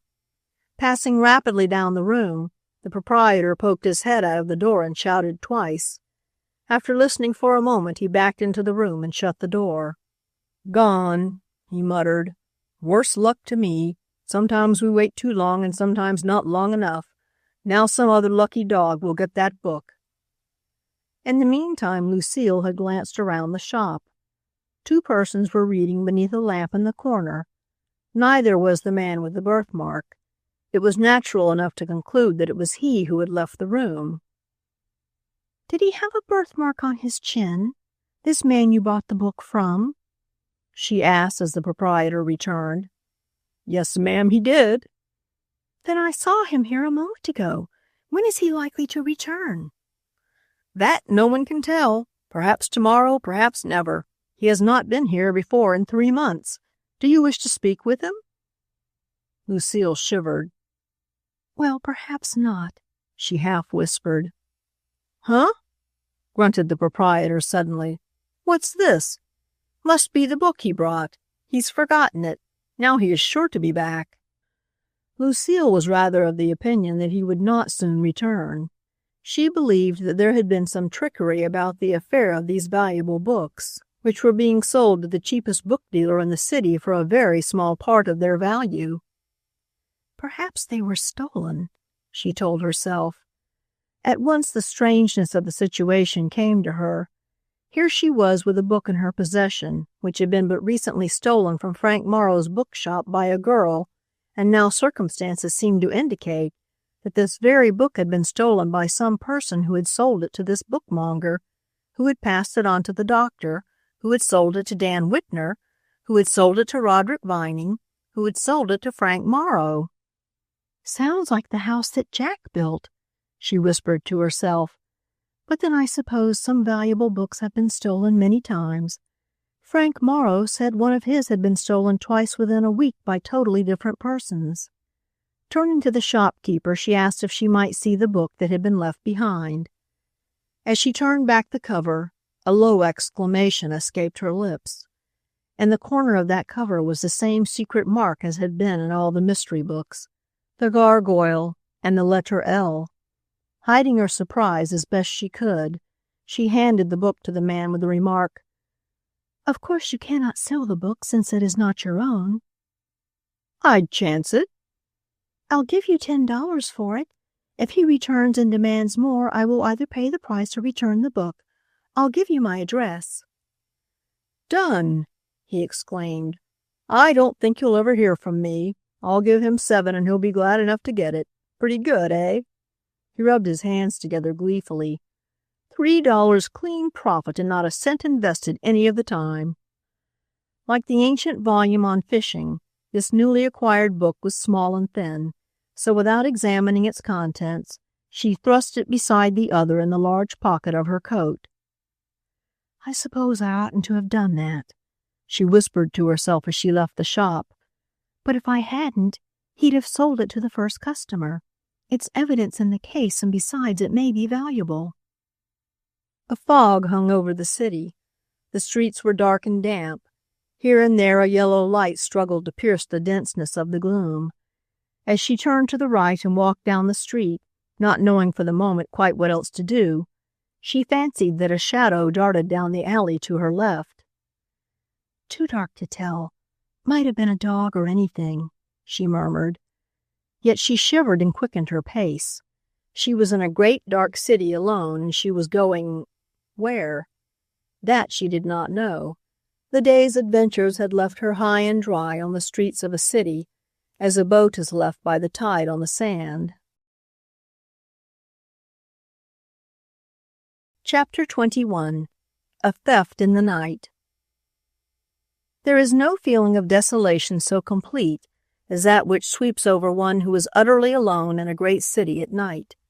The desert, the Arctic wilderness, the heart of the forest, the boundless sea, all these have their terrors, but for downright desolation, give me the heart of a strange city at night. Hardly had Lucile covered 2 blocks on her journey from the bookshop when this feeling of utter loneliness engulfed her like a bank of fog. Shuddering, she paused to consider, and as she did so, fancied she caught the bulk of a shadow disappearing into a doorway to the right of her. "Where am I, and where am I to go?" she asked herself in a wild attempt to gather her scattered senses. In vain she endeavored to recall the name of the street she was on at that moment. Her efforts to recall the route she had taken in getting there were quite as futile.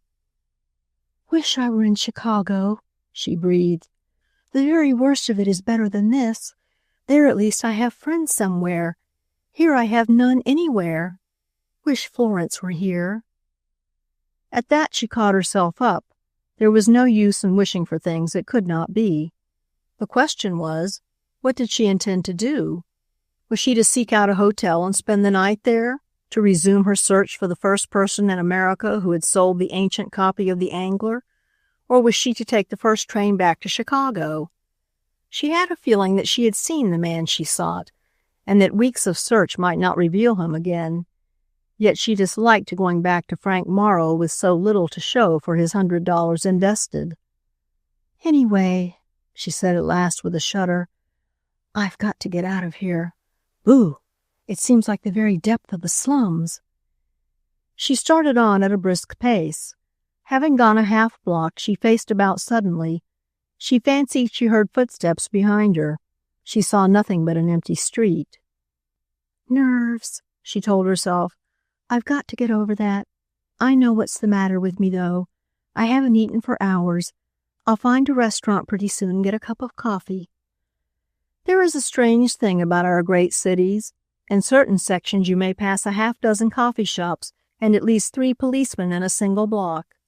In other sections you may go an entire mile without seeing either. Evidently, eating places, like policemen, crave company of their own kind. Lucile had happened upon a policeless and eat-shopless section of New York. For a full 20 minutes she tramped on through the fog, growing more and more certain at every step that she was being followed by someone, and not coming upon a single person or shop that offered her either food or protection. Suddenly she found herself in the midst of a throng of people. A movie theater had disgorged this throng. Like a sudden flood of water, they surrounded her and bore her on. They poured down the street to break up into 2 smaller streams, one of which flowed on down the street, and the other into a hole in the ground. Having been caught in the latter stream and not knowing what else to do, eager for companionship of whatever sort, the girl allowed herself to be borne along and down into the hole. Down a steep flight of stairs she was half carried, to be at last deposited on a platform, alongside of which in due time a train of electric cars came rattling in. "The subway," she breathed. "It will take me anywhere, providing I know where I want to go." Just as she was beginning to experience a sense of relief from contact with this flowing mass of humanity, she was given a sudden shock. To the right of her, through a narrow gap in the throng, she recognized a face. The gap closed up at once and the face disappeared, but the image of it remained. It was the face of the man she had seen in the shop, he of the birthmark on his chin. "No doubt of it now," she said half aloud. "He is following me." Then, like some hunted creature of the wild, she began looking about her for a way of escape. Before her there whizzed a train. The moving cars came to a halt. A door slid open. She leaped within. The next instant the door closed and she was borne away. To what place? She could not tell. All she knew was that she was on her way. Quite confident that she had evaded her pursuer, she settled back in her seat to fall into a drowsy stupor. How far she rode she could not tell. Having at last been roused to action by the pangs of hunger, she rose and left the car. "Only hope there is some place to eat near," she sighed. Again she found herself lost in a jam. The legitimate theaters were disgorging their crowds. She was at this time, though she did not know it, in the downtown district. Her right hand was disengaged. In her left she carried a small leather bag. As she struggled through the throng, she experienced difficulty in retaining her hold on this bag. Of a sudden she felt a mighty wrench on its handle, and the next instant it was gone. There could be no mistaking that sudden pull. It had been torn from her grasp by a vandal of some sort. As she turned with a gasp, she caught sight of a face that vanished instantly, the face of the man with the birthmark on his chin. Instantly the whole situation flashed through her mind. This man had been following her to regain possession of one or both of the books which at this moment reposed in her coat pocket. He had made the mistake of thinking these books were in the bag. He would search the bag and then... She reasoned no further. A car door was about to close. She dashed through it at imminent risk of being caught in the crush of its swing, and the next instant the car whirled away. "Missed him that time," she breathed. "He will search the bag. When he discovers his mistake, it will be too late. The bird has flown. As to the bag, he may keep it. It contains only a bit of a pink garment which I can afford to do without, and 2 clean handkerchiefs." 15 minutes later, when she left the car, she found herself in a very much calmer state of mind.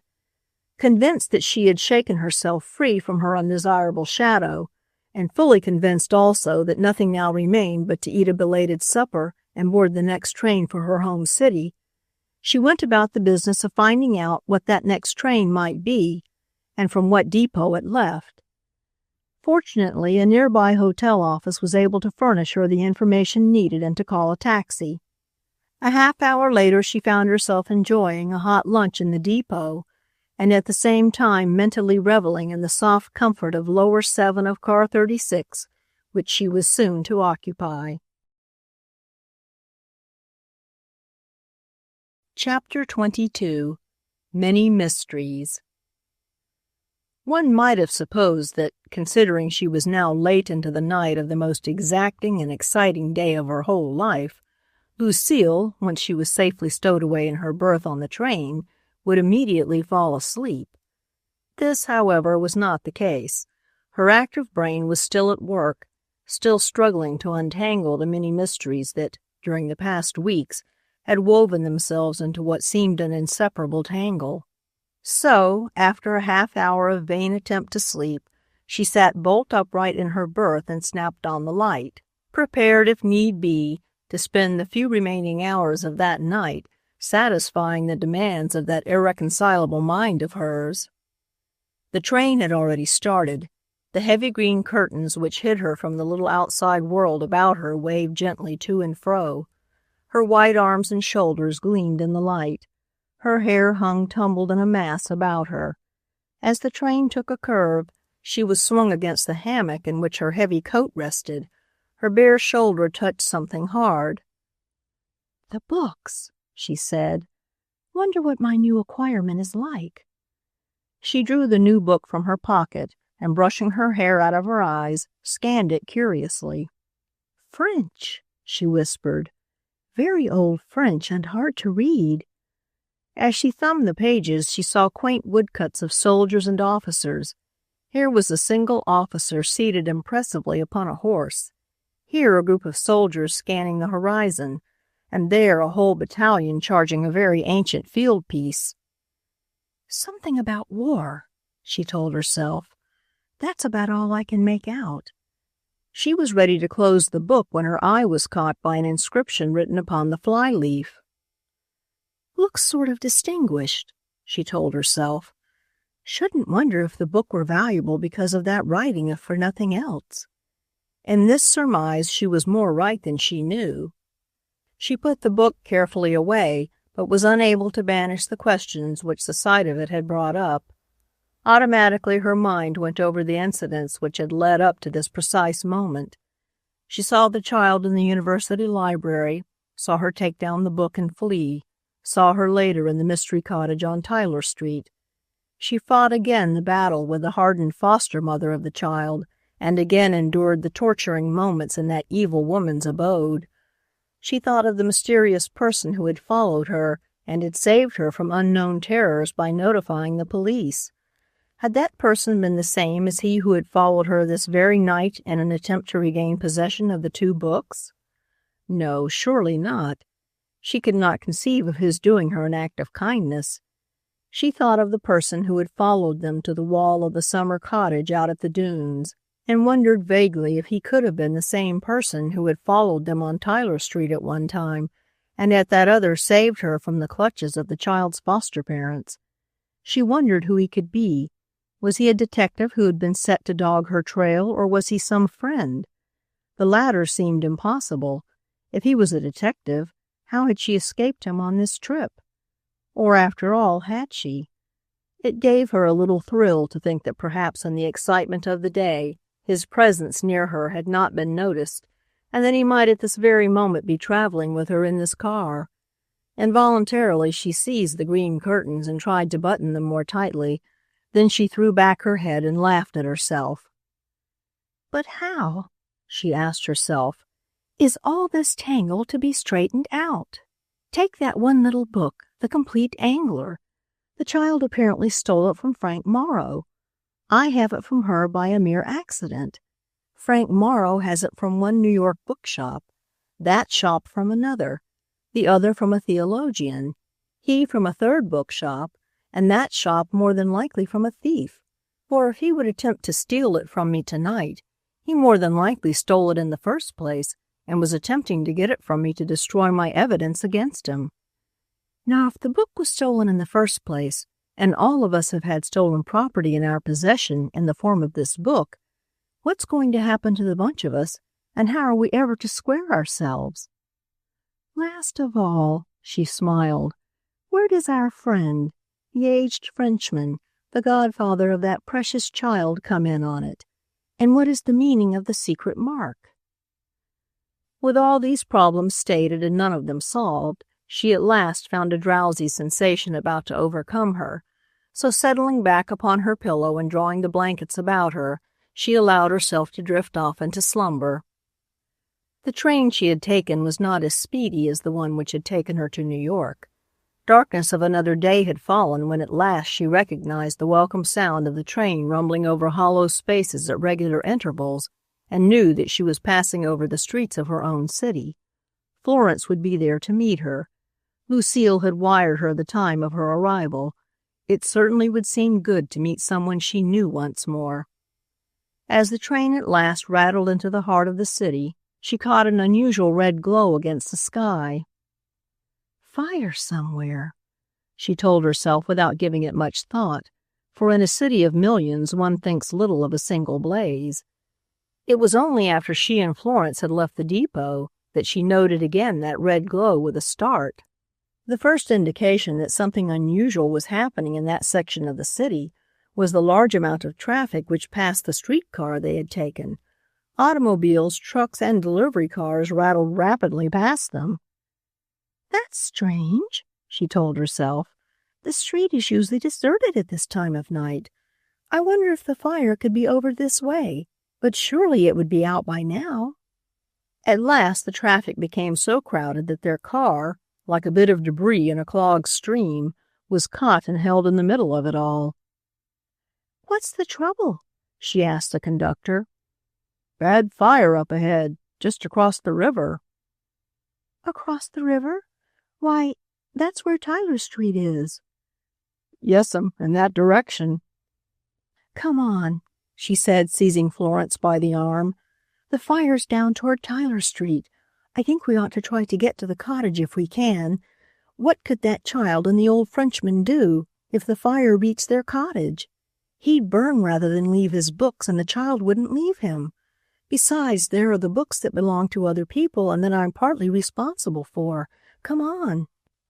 For 15 minutes they struggled down a street that was thronged with excited people. "One wouldn't believe that there could be such a crowd on the streets at this hour of the night," panted Florence as she elbowed her way forward.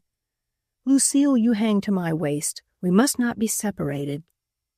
They came to a dead stop at last. At the end of the river bridge, a rope had been thrown across the street. At paces of 10 feet, this rope was guarded by policemen. None could pass save the firemen.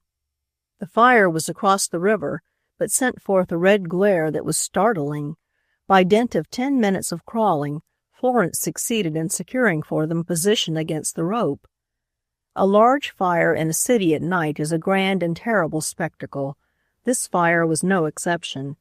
Indeed, it was destined to become the worst fire the city had experienced in more than 40 years.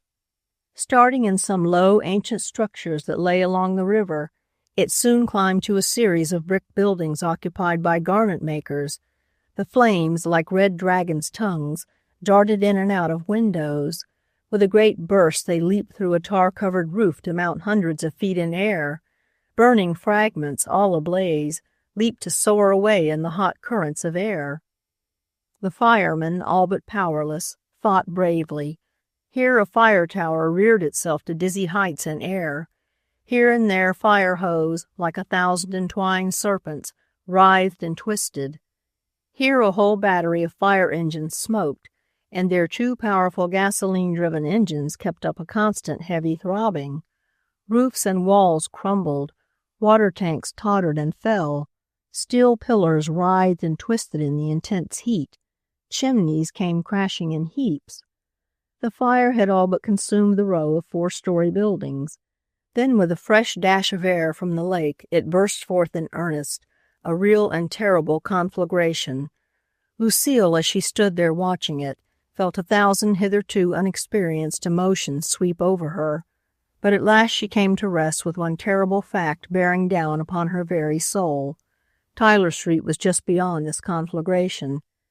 Who could tell when the fire would reach the mysterious tumble-down cottage with its aged occupant? She thought of something else. Of the books she might long since have returned to their rightful owners and had not. "Now they will burn and I will never be able to explain," she told herself. "Somehow I must get through." In her excitement, she lifted the rope and started forward. A heavy hand was instantly laid on her shoulders. "You can't go over there." "I must."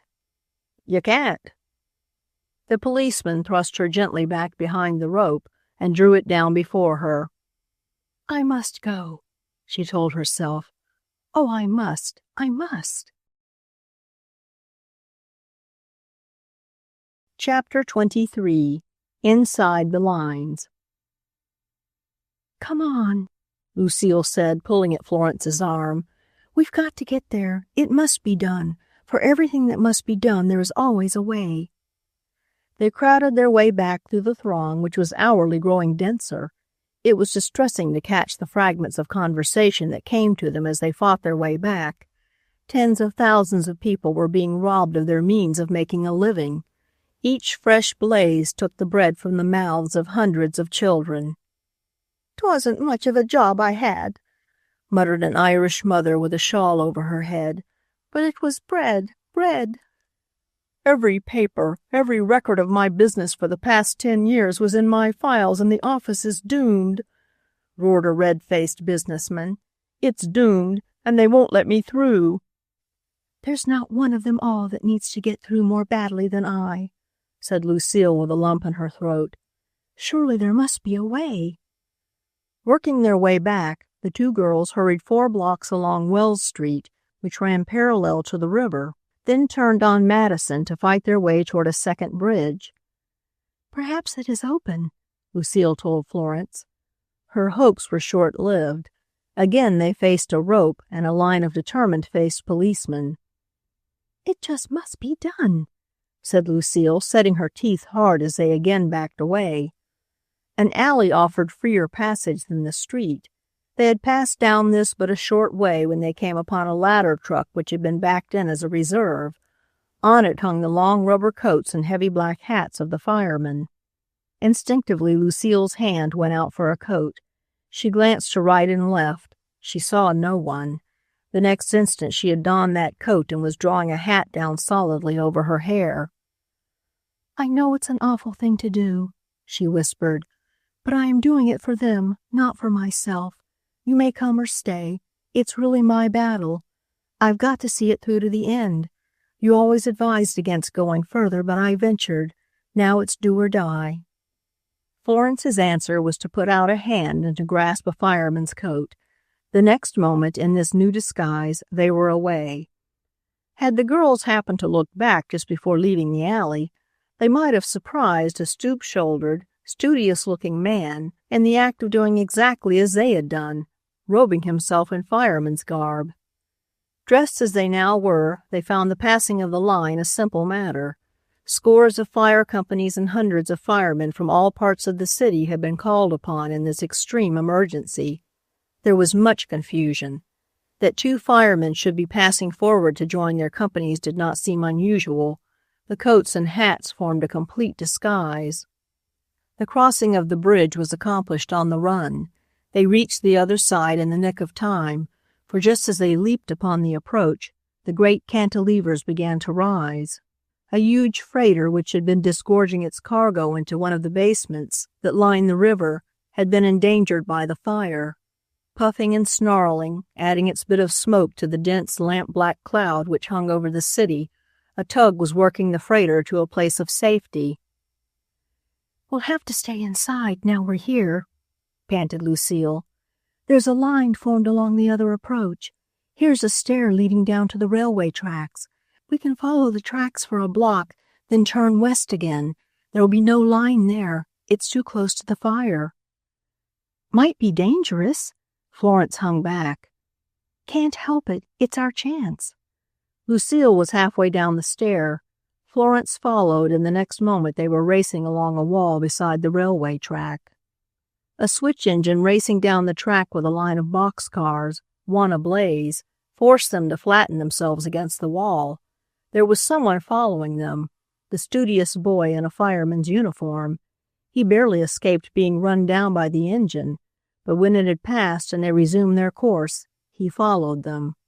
Darting from niche to niche, from shadow to shadow, he kept some distance behind them. "Up here," panted Lucile, racing upstairs. The heat was increasing. The climbing of those stairs seemed to double its intensity. Cinders were falling all about them. "The wind has shifted," Florence breathed. It's going to be hard." Lucile did not reply. Her throat was parched. Her face felt as if it were on fire. The heavy coat and hat were insufferable, yet she dared not cast them away. So they struggled on, and their shadow, like all true shadows, followed. "Look! Oh, look!" cried Florence, reeling in her tracks. A sudden gust of wind had sent the fire swooping against the side of a magnificent building of concrete and steel. Towering aloft 16 stories, it covered a full city block. "It's going!" cried Lucile as she heard the awful crash of glass and saw flames bursting from the windows as if from the open hearth furnace of a foundry. It was true. The magnificent mahogany desks from which great high-salaried executives sent out orders to thousands of weary tailors made quite as good kindling that night as did some poor widow's washboard, and they were given quite as much consideration by that bad master, fire. "Hurry!" Lucile's voice was hoarse with emotion. "We must get behind it, out of the path of the wind, or we will be burned to a cinder." Catching the full force of her meaning, Florence seized Lucile's hand, and together they rushed forward. Burning cinders rained about them. A half-burned board came swooping down to fall in their very path. Twice Lucile stumbled and fell, but each time Florence had her on her feet in an instant. "Courage, courage," she whispered. "Only a few feet more and then the turn."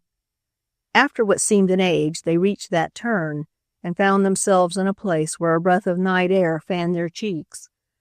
Buildings lay between them and the doomed executive building. The firemen were plying these with water.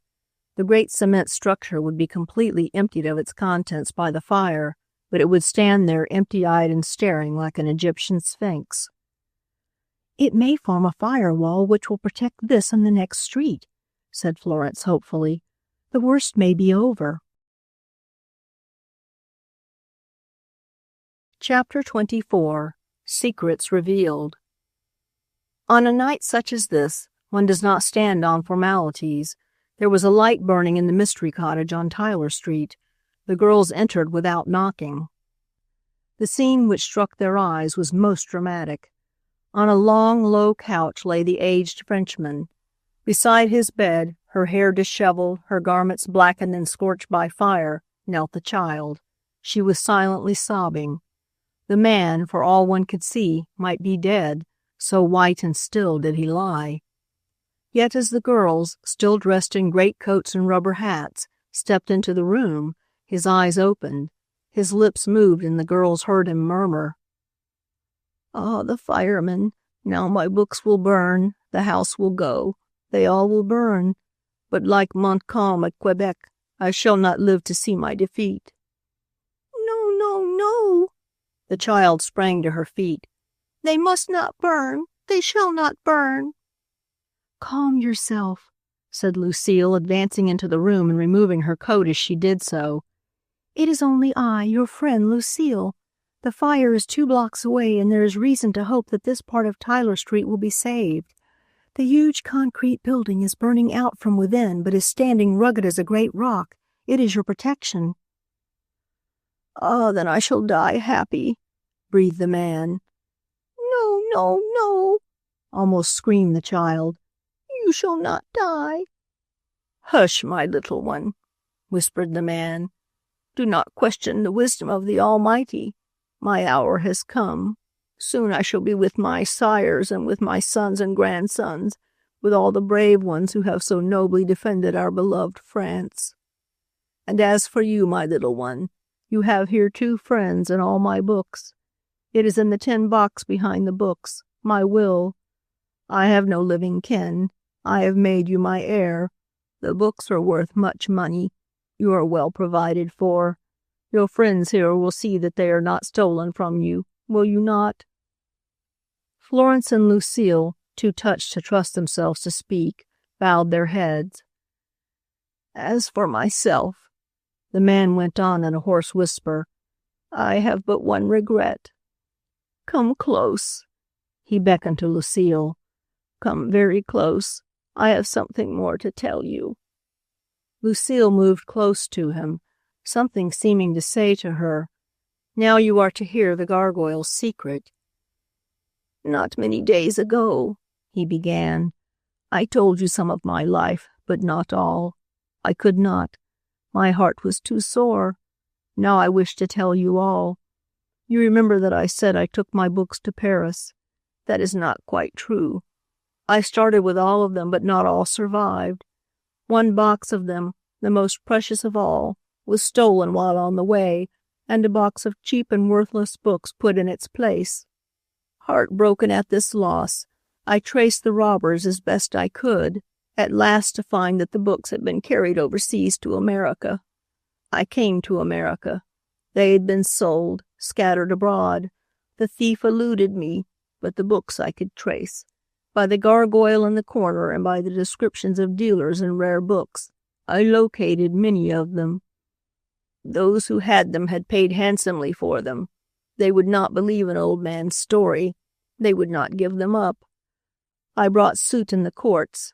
It was no use. No one would believe me. Young lady," the old man's voice all but died away as his feeble fingers clutched at the covers. "Young lady, every man has some wish which he hopes to fulfill. He may desire to become rich, to secure power, to write a book, to paint a great picture. There is always something. As for me, I wished but one thing, a very little thing, to die with the books, those precious volumes I had inherited. The foolish wish of a childish old man, perhaps, but that was my wish. The war has taken my family. They cannot gather by my bedside. I have only my books. And thanks to this child," he attempted to place his hand on the child's bowed head, "thanks to her, there are but few missing at this, the last moment." For a little there was silence in the room. Then the whisper began again, this time more faint. "Perhaps it is wrong, the way I taught the child to get the books. But they were really my own. I had not sold one of them. They were all my own. She knows where they came from. When I am gone, if that is the way of America, they may all be returned." Lucile hesitated for a moment, then bent over the dying man. "The books," she whispered. "Were two of them very small ones?" The expression on the dying man's face grew eager as he answered, "Yes, yes, very small and very rare. One was a book about fishing, and the other, that one, that was the rarest of all. It had been written in by the great Napoleon and had been presented by him to one of his marshals, my uncle." Lucile's hand came out from behind her back. In it were two books. "Are these the ones?" she asked. "Yes, yes," he breathed hoarsely. "Those are the very most precious ones. I die happy." For a second the glassy eyes stared, then lighted up with a smile that was beautiful to behold. "Ah," he breathed, "I am happy now. Happy as when a child I played beneath the grapevines in my own beloved France." Those were his last words. A moment later, Lucile turned to lead the silently weeping child into another room. As she did so, she encountered a figure standing with bowed head. It was a studious-looking boy who had donned the fireman's coat and followed them. "Harry Brock," she whispered, "how did you come here?" "I came in very much the same manner that you came," he said quietly. "I have been where you have been many times of late. I did not understand, but I thought you needed protection, and since I thought of myself as the best friend you had among the men at the university, I took that upon myself. I have been in this room unnoticed for some time. I heard what he said, and now I think I understand. Please allow me to congratulate you and to thank you. You have strengthened my faith in all that is good and beautiful." He stepped awkwardly aside and allowed her to pass. Chapter 25. Better Days. There was no time for explanations that night.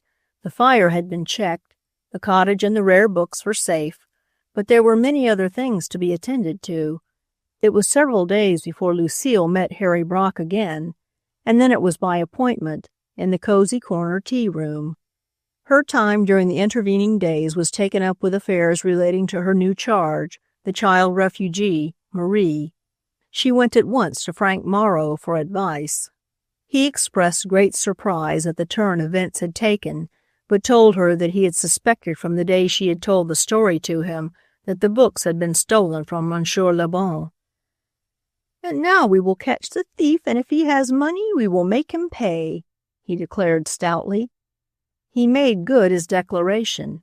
Through the loosely joined but powerful league of booksellers, he tracked down the man with the birthmark on his chin and forced him to admit the theft of the case of valuable books. As for money with which to make restitution, like most of his kind, he had none. He could only be turned over to the tombs to work out his atonement. The books taken from the university and elsewhere were offered back to the last purchasers. In most cases they returned them as the child's rightful possession, to be sold together with the many other rare books which had been left to Marie by Monsieur Le Bon. In all, there was quite a tidy sum of money realized from the sale. This was put in trust for Marie, the income from it to be used for her education. As for that meeting of Lucile and Harry in the tea-room, it was little more than a series of exclamations on the part of one or the other of them as they related their part in the mysterious drama. "And you followed us right out into the country that night we went to the Ramsay cottage?" Lucile exclaimed. "Yes, up to the wall," Harry admitted. "The water stopped me there." "And it was you who told the police I was in danger when that terrible man and woman locked me in?" Harry bowed his assent. He related how night after night, without understanding their strange wanderings, he had followed the two girls about as a sort of bodyguard. When Lucile thought how many sleepless nights it had cost him, her heart was too full for words. She tried to thank him. Her lips would not form words. "But don't you see?" he smiled. "You were trying to help someone out of her difficulties, and I was trying to help you. That's the way the whole world needs to live, I guess, if we are all to be happy." Lucile smiled and agreed that he had expressed it quite correctly. But down deep in her heart she knew that she would never feel quite the same way toward any of her fellow students as she did toward him at that moment. And so their tea party ended. Frank Morrow insisted on the girls accepting the $200 reward. There were two other rewards which had been offered for the return of missing books, so in the end Lucile and Florence found themselves in a rather better financial state. As for Marie, she was taken into the practice school of the university. By special arrangement she was given a room in the ladies' dormitory. It was close to that of her good friends Lucile and Florence, so she was never lonely, and in this atmosphere, which was the world she was meant to live in, she blossomed out like a flower in the spring sunshine. End of The Secret Mark by Roy J. Snell.